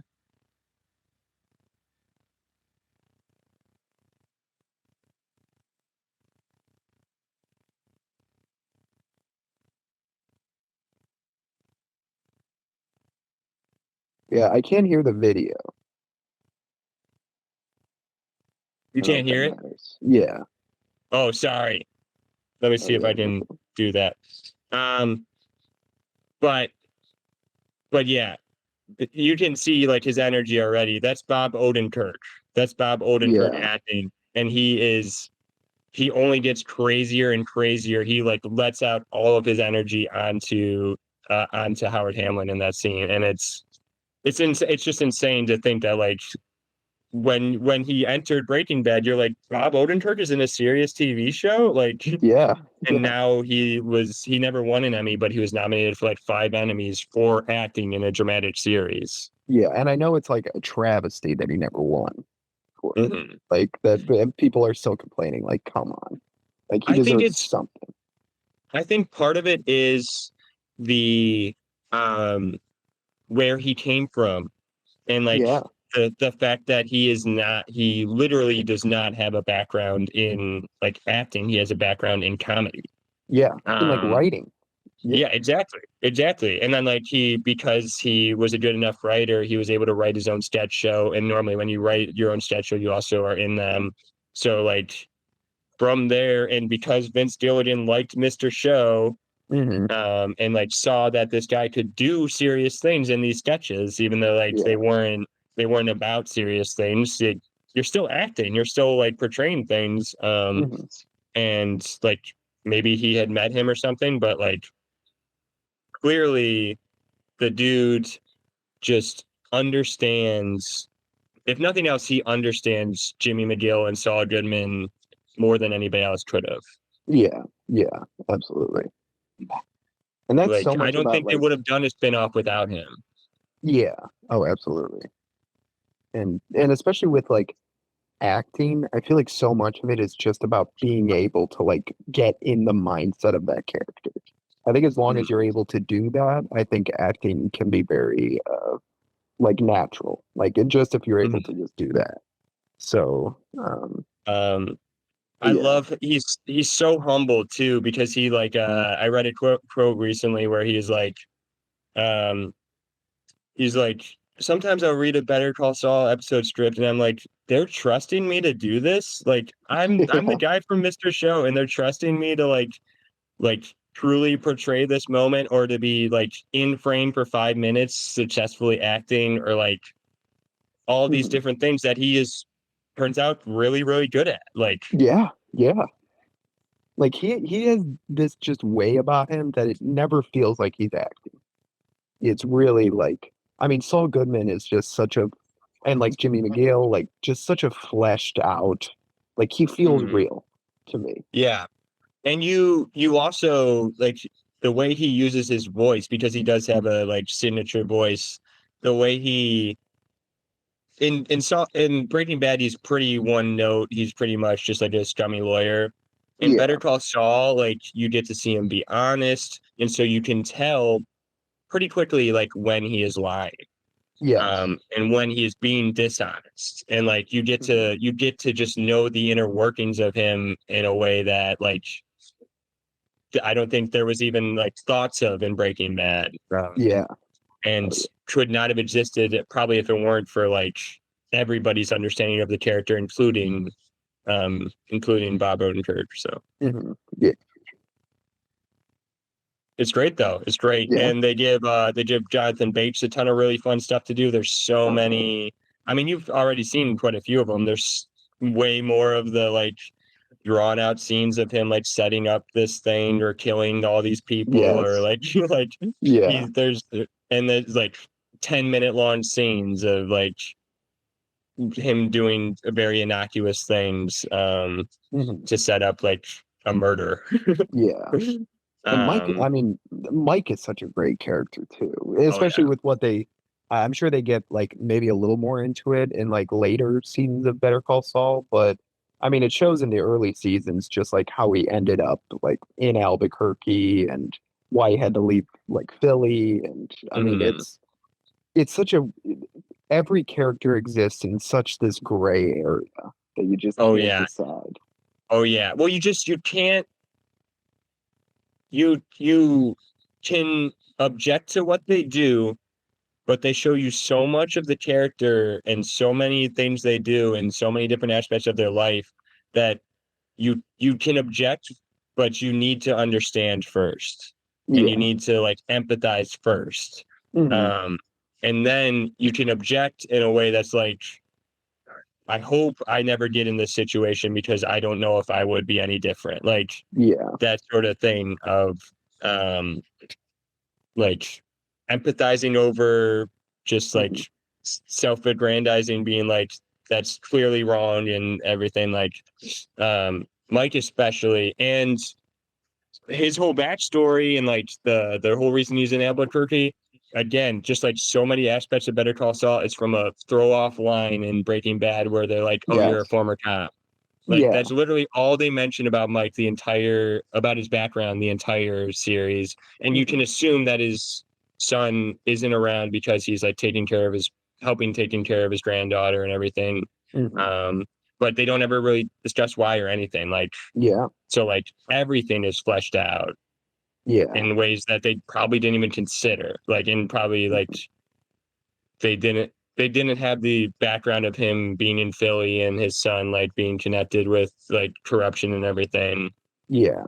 Um, And it was never like, and I just know that like while they were writing Breaking Bad, they did not have the thought in their mind of like, oh, well, Better Call Saul comes next, so we better leave these breadcrumbs in. It's like, no, no, like they just took what they had and then made a no. fantastic show out of it. I mean, the most famous example of it is especially by the end of the series, two of the main characters come from a single line that Saul says in like his first episode, Lalo and Ignacio. Hmm. And from there, Lalo, Salamanca, and Nacho Berga, or whatever his name is, are born, Hmm. and they are incredibly, incredibly thought out characters. Yeah. Really, really fun to watch. Like really, really awesome. Yeah. And even within that line, you can like the context. It's like it wasn't me. It was Ignacio. Did Lalo send you? So like that context is then revealed too, where it's not just like Nacho and Lalo. You can actually tell like, oh, he was working with Nacho at some point, and then Lalo is like the higher up. Like you can tell all of that just from a single line that they probably didn't even think about in the moment. Yeah. And I feel like so much of probably like the writing process with those shows is like, I feel like with a lot of shows, it could be kind of like the first good idea wins, and that's about it. But they always just go for like no, like what's the best thing we can do? What's something like there's more here. Like it always feels like they're For just sure. trying to just make it so much more like meaningful and complex, and that's Yeah. great. Yeah, and they're willing to change on the fly too. Because like I know Mike's character exists because Bob Odenkirk couldn't make it to like he couldn't be there for the second half of season 2 or something. Yeah. And they needed somebody at least tied to Saul Goodman for one scene. So they brought in Mike, and he was really good in that one scene. Yeah. Was it the scene where Jane died? Yeah, where he slaps Jesse and he like tells him the story and cleans up after everything, and it's very indicative of Mike's character throughout the entire show. He's just there to clean up everybody's messes and hide deaths. Yeah. Yeah, no, it's awesome. Yeah. And rarely And do you also get I love that like Mike and Jimmy both start in an incredibly more moral and lawful state of mind than you ever see them in Breaking Bad. they both Like wanted both to of make the them world you a better see place. deteriorate, even though like even though Saul's is much more obvious by the end of Better Call Saul, and even people are pointing it out to him, Mike is like just as deteriorated morally and like just justifying his things to meet an end. And so like it's cool to watch, and really a lot of the characters at the end of Better Call Saul are sort of in that same situation of wow, they're not good anymore. Yeah. When the world's gray, it makes everyone gray. But Jesse, he was the second main character in Breaking Bad, and they were planning on getting rid of him in the first season. Yeah, So that's like right. that's another really cool thing they do is like if somebody shows something, if like we think we can use Aaron Paul way more than we thought we could, like why not do it? Why not pivot? Why not like if we know there's a route here and we know he's a very good actor and very committed to this, why not keep him around? Like that's the sort of decision that pays dividends down the line where you like Jesse in season 5 is some of those performances are like oh my like heart-wrenching. Yeah, like and he really needs to go to that extra level of like feeling it so that you feel it. Like like he's really put through it by the end, and then my God. it makes it so gratifying to see that final shot of him driving away. Like like you just picture him for the rest of his life in that state of like I am finally out of this shit. Like it's awesome. It is. We can't stop talking about Breaking Bad. I know. I could talk for days. It's so good. And that the guy that directed the Ozymandias, and he also directed that episode Fly, where they're just trying to swat the fly, is Ryan Johnson, who did like the Knives Out. That makes sense. Yeah, I remember there's a clip of him like breaking down, or maybe he just talks about the Skylar scene where Walt comes home and Skylar like finally puts her foot down, like, and just everything is crazy. And just like that, I don't love all of Ryan Johnson's stuff, but that scene is like so masterfully directed. Like so like you are uncomfortable to a level that you would not expect, not think a show could put you in. Yes. Like you feel like your own family is falling apart because your uncle just died. Like, Yeah. Like I um, felt like my life was falling apart when I was watching mhm, season 5, especially like the mhm, latter half of it. I mhm, mean, it's really I felt like I was like I was there. Like I was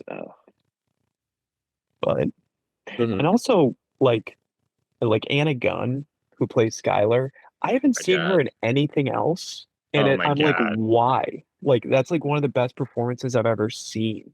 Like Same what with who plays Marie Schrader? Um, oh Betsy Brand, I think is her yeah, name. yeah. Yeah. Yeah, I never see her around either. And like I know. I'm sure the like Breaking Bad is their legacy. Like I'm sure they're okay with that. Yeah. Um, but also it's annoying knowing the relationship.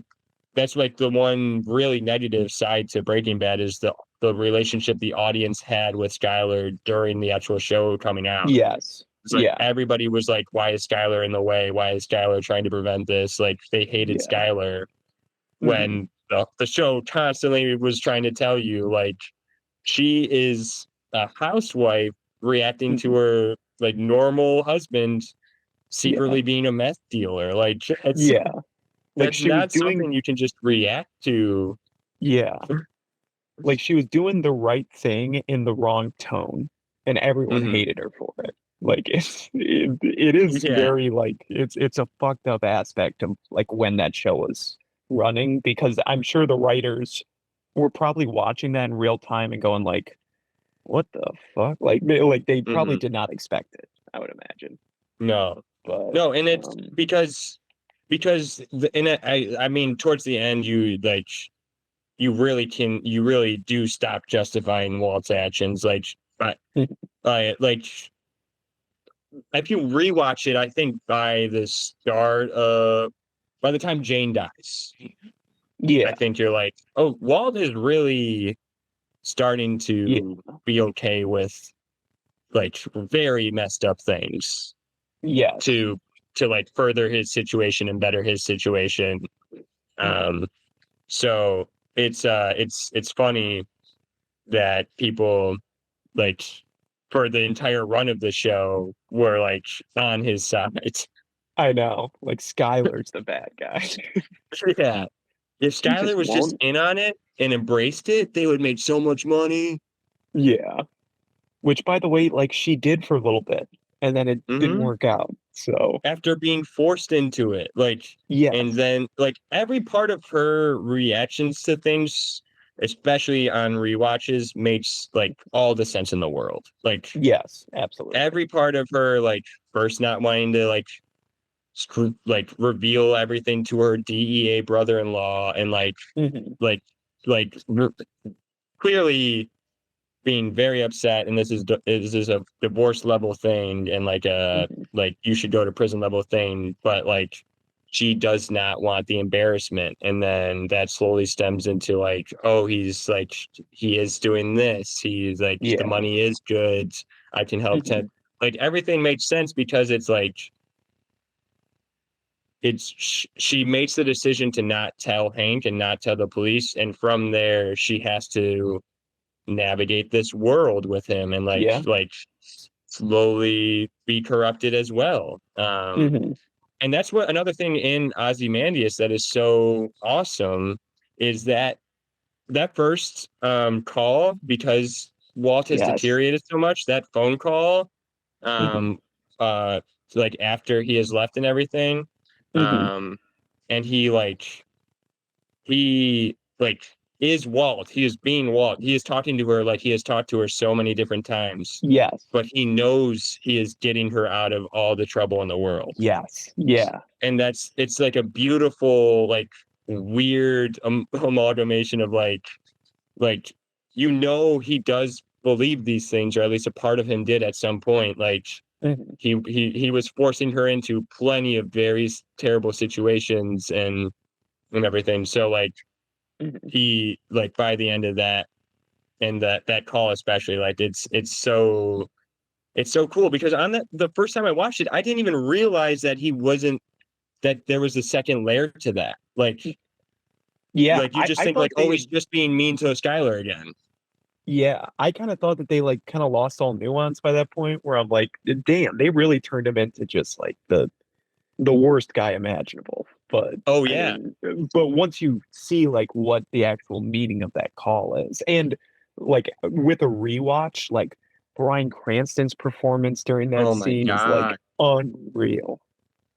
Like he's like shaking and he's like Yeah. clearly just like devastated. Mhm. But he knows the words need to come out. Like he knows Yes. that like he needs to say this. So like it's awesome. It's just awesome. Yeah. That's so good. We can't Dude, even the start Breaking Bad's dick enough. yeah. Even in that same episode, have you heard the story? Do you remember that moment of, well, he takes the baby and then he's in that Yeah. changing room and the baby says mama? That wasn't, the baby just said that. Like, that wasn't What? scripted. That was just Bryan Cranston had the baby, they were filming, and then the baby starts going like, mama, mama, mama. And then Bryan Cranston just kept like acting along with it, and they just kept it in. Like, it's like someone made the comment of like, this episode is so good, even the baby was doing like top-notch improv and like Yeah. like really Yeah. selling the story. Oh yeah. Yeah. Yeah. And like yeah. That it's so funny that he up until that point he had not shed Heisenberg. But the Yes. second he gets like a true moment to like reflect and be like, it has actually crumbled. Everything has fallen down and crumbled. Yeah. He's miserable. He's absolutely miserable. And Yeah. he like recognizes that right away. And he's like tries to make things as good as he possibly can. But like Mhm. I watched a video recently that describes him and Felina. Because like, and I'm sure I might even said this last podcast when we were Mhm. talking about Breaking Bad for an hour. Yeah. He he is already dead. Mm. He is a ghost of Walter White, doing whatever he can to not even redeem, not even close to redeem, just like just get himself one last win and say that like he Yeah. did it. You know, like just get himself one last thing that he can say he did. Mhm. Like literally, um, I think he was still planning on killing Jack and his buddies before he found out that Jesse was still alive. Yeah. Yeah. I Because he think had bought the so. machine Just gun by that point. yeah. That's the opening. Yeah.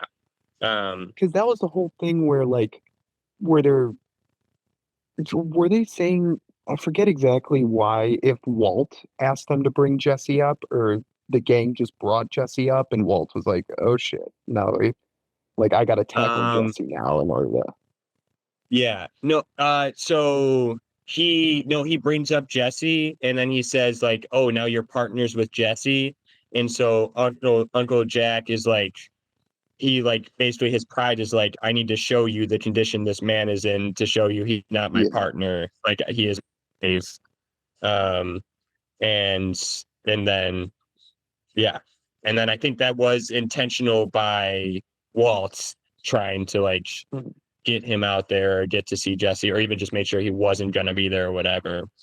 um yeah, but because I guess I did perceive the ending the first watch as like Walt is going to free Jesse.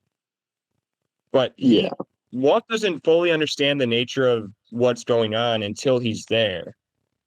So like hmm even his reaction to Jesse could have been different if it wasn't like he was in these horrible conditions and like needed to be freed. Um yeah, that's true. like if he was a partner or something, maybe Walt would have been like, "Oh, fuck this guy. Like hmm I'm gonna let him be a part of this too." Yeah, because it is And ultimately, Walt I mean, might I not think get there's shot in a the process. yeah, like I do think that I think like the ultimate moment at the end is like Walter White realizing that it's he who crumbled his own empire, and he's at fault here. But I think he would still, even by that point, be like, no, Jesse was the one that sold me out. Like he needs to go too. If he Yeah. didn't see like what kind of conditions, and like basically that he was as much a victim of Jack and the gang as Walt was. Yeah. Yeah, because Walt's perception of Jesse from the beginning is he's a low life criminal. So like no matter how Mhm. close he gets to him, that is always attached. And so therefore Yes. like even though he can treat him like his son and everything, he is still a part of the crime world. And like if you cross somebody and you're a part of that world, you're in the game and you can like see repercussions for Mhm. that. Yeah. So like that is that is something that I guess goes all the way into the very end of the show, especially like in Ozymandias where Hank dies and then Walt's like the only thing you can do is be like, bring me Peakman. Like the only thing you can do Yes. is like try and get some amount of satisfaction out of the situation. Mhm. But like it's so funny because like that is the satisfaction to you, killing somebody that you said like is your son, and you've even like confused your son with, you called your son Jesse instead of Walt Jr. Um Yes. like that. It's so funny that he's then like, bring me him and then we're gonna kill him. And then he even Yeah. I've rewatched that scene recently. He even like straight up gives the go ahead when the gun is pointed at Jesse's head. Like they are about to do it before Todd interrupts. So like Yes. Todd is the one who saves him literally. Yes. And it really shows that like before they even take him away, that Walt tells Jesse that he watched Jane die. Like that is Oh, hateful. That mm-hmm, is him going mm-hmm, like F you, I was there. And mm-hmm. yeah, it's an extremely like at that moment he would have let anything happen to Jesse. But Yeah, I and think it's entirely because of what just happened to him.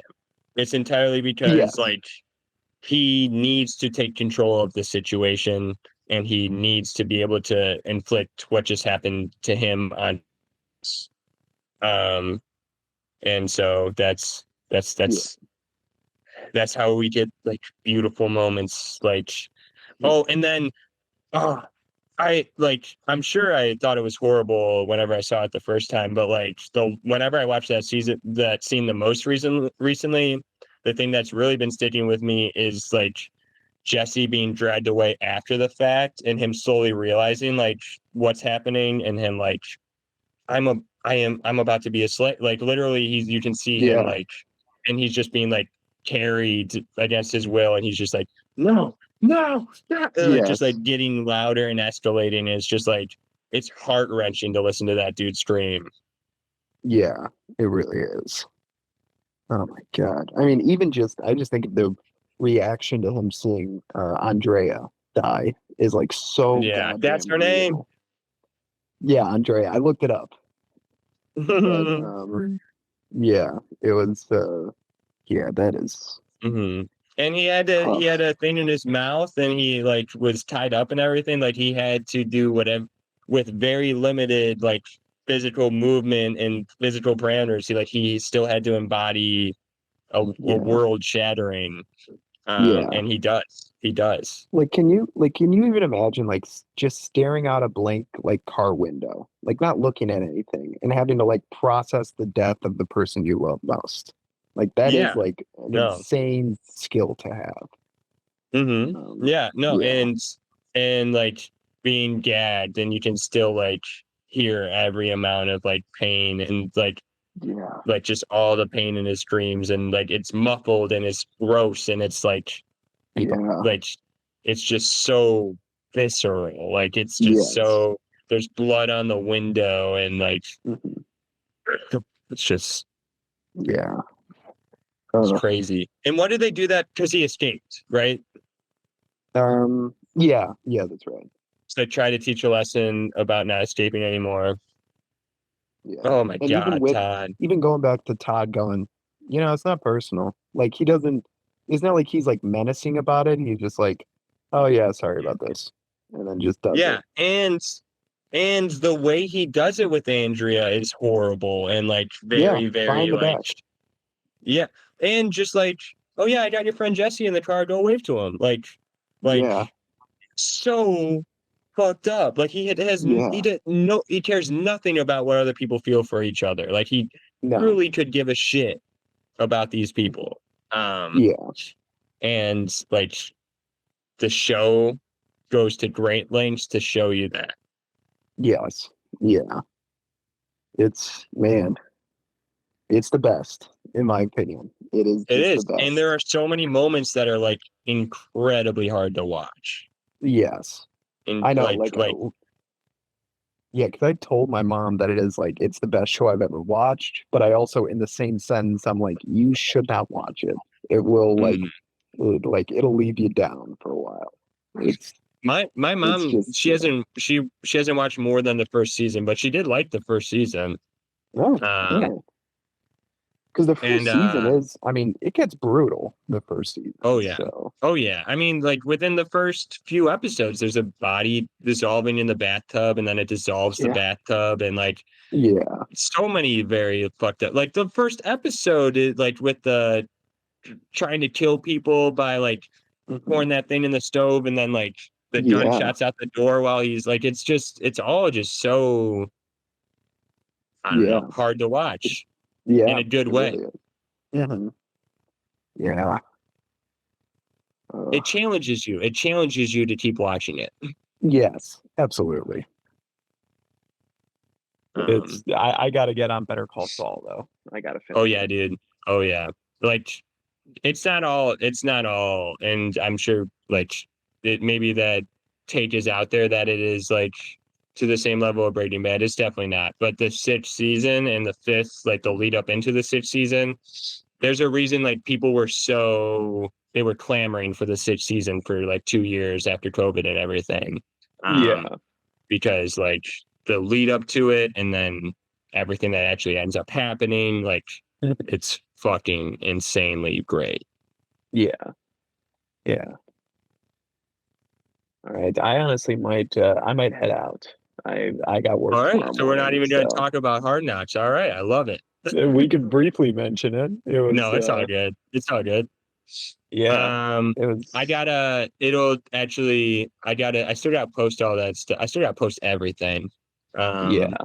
So we'll just add it to the pile. And then Okay. we'll do a Hard Knocks 5 recap later. Yeah. Yeah. We could do it.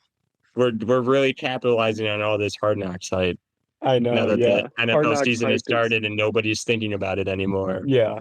Really, the Hard Knocks hype is at a fever pitch right now. You know, Yeah. about 2 Yeah. weeks after the last episode. Yeah, exactly. Yeah. Everybody's gonna want to listen to a recap of episode 1 right now. Yeah. Oh yeah. People have been clamoring. All right. Well, Well, Breaking thank you Bad's for great. Oh yeah. Better Call Saul is great. I'm gonna get on it. I'm gonna watch a couple episodes Better. tonight though. Yeah, Better. I'm going to. I've been saying it for Alright. too long. Mm-hmm. That's right. All right. Well, good night. I'm gonna go. All right. Good night. Wait. Oh yeah. This has been Robot Rampage. Rampage. All right. All right. Bye bye. I'll see you.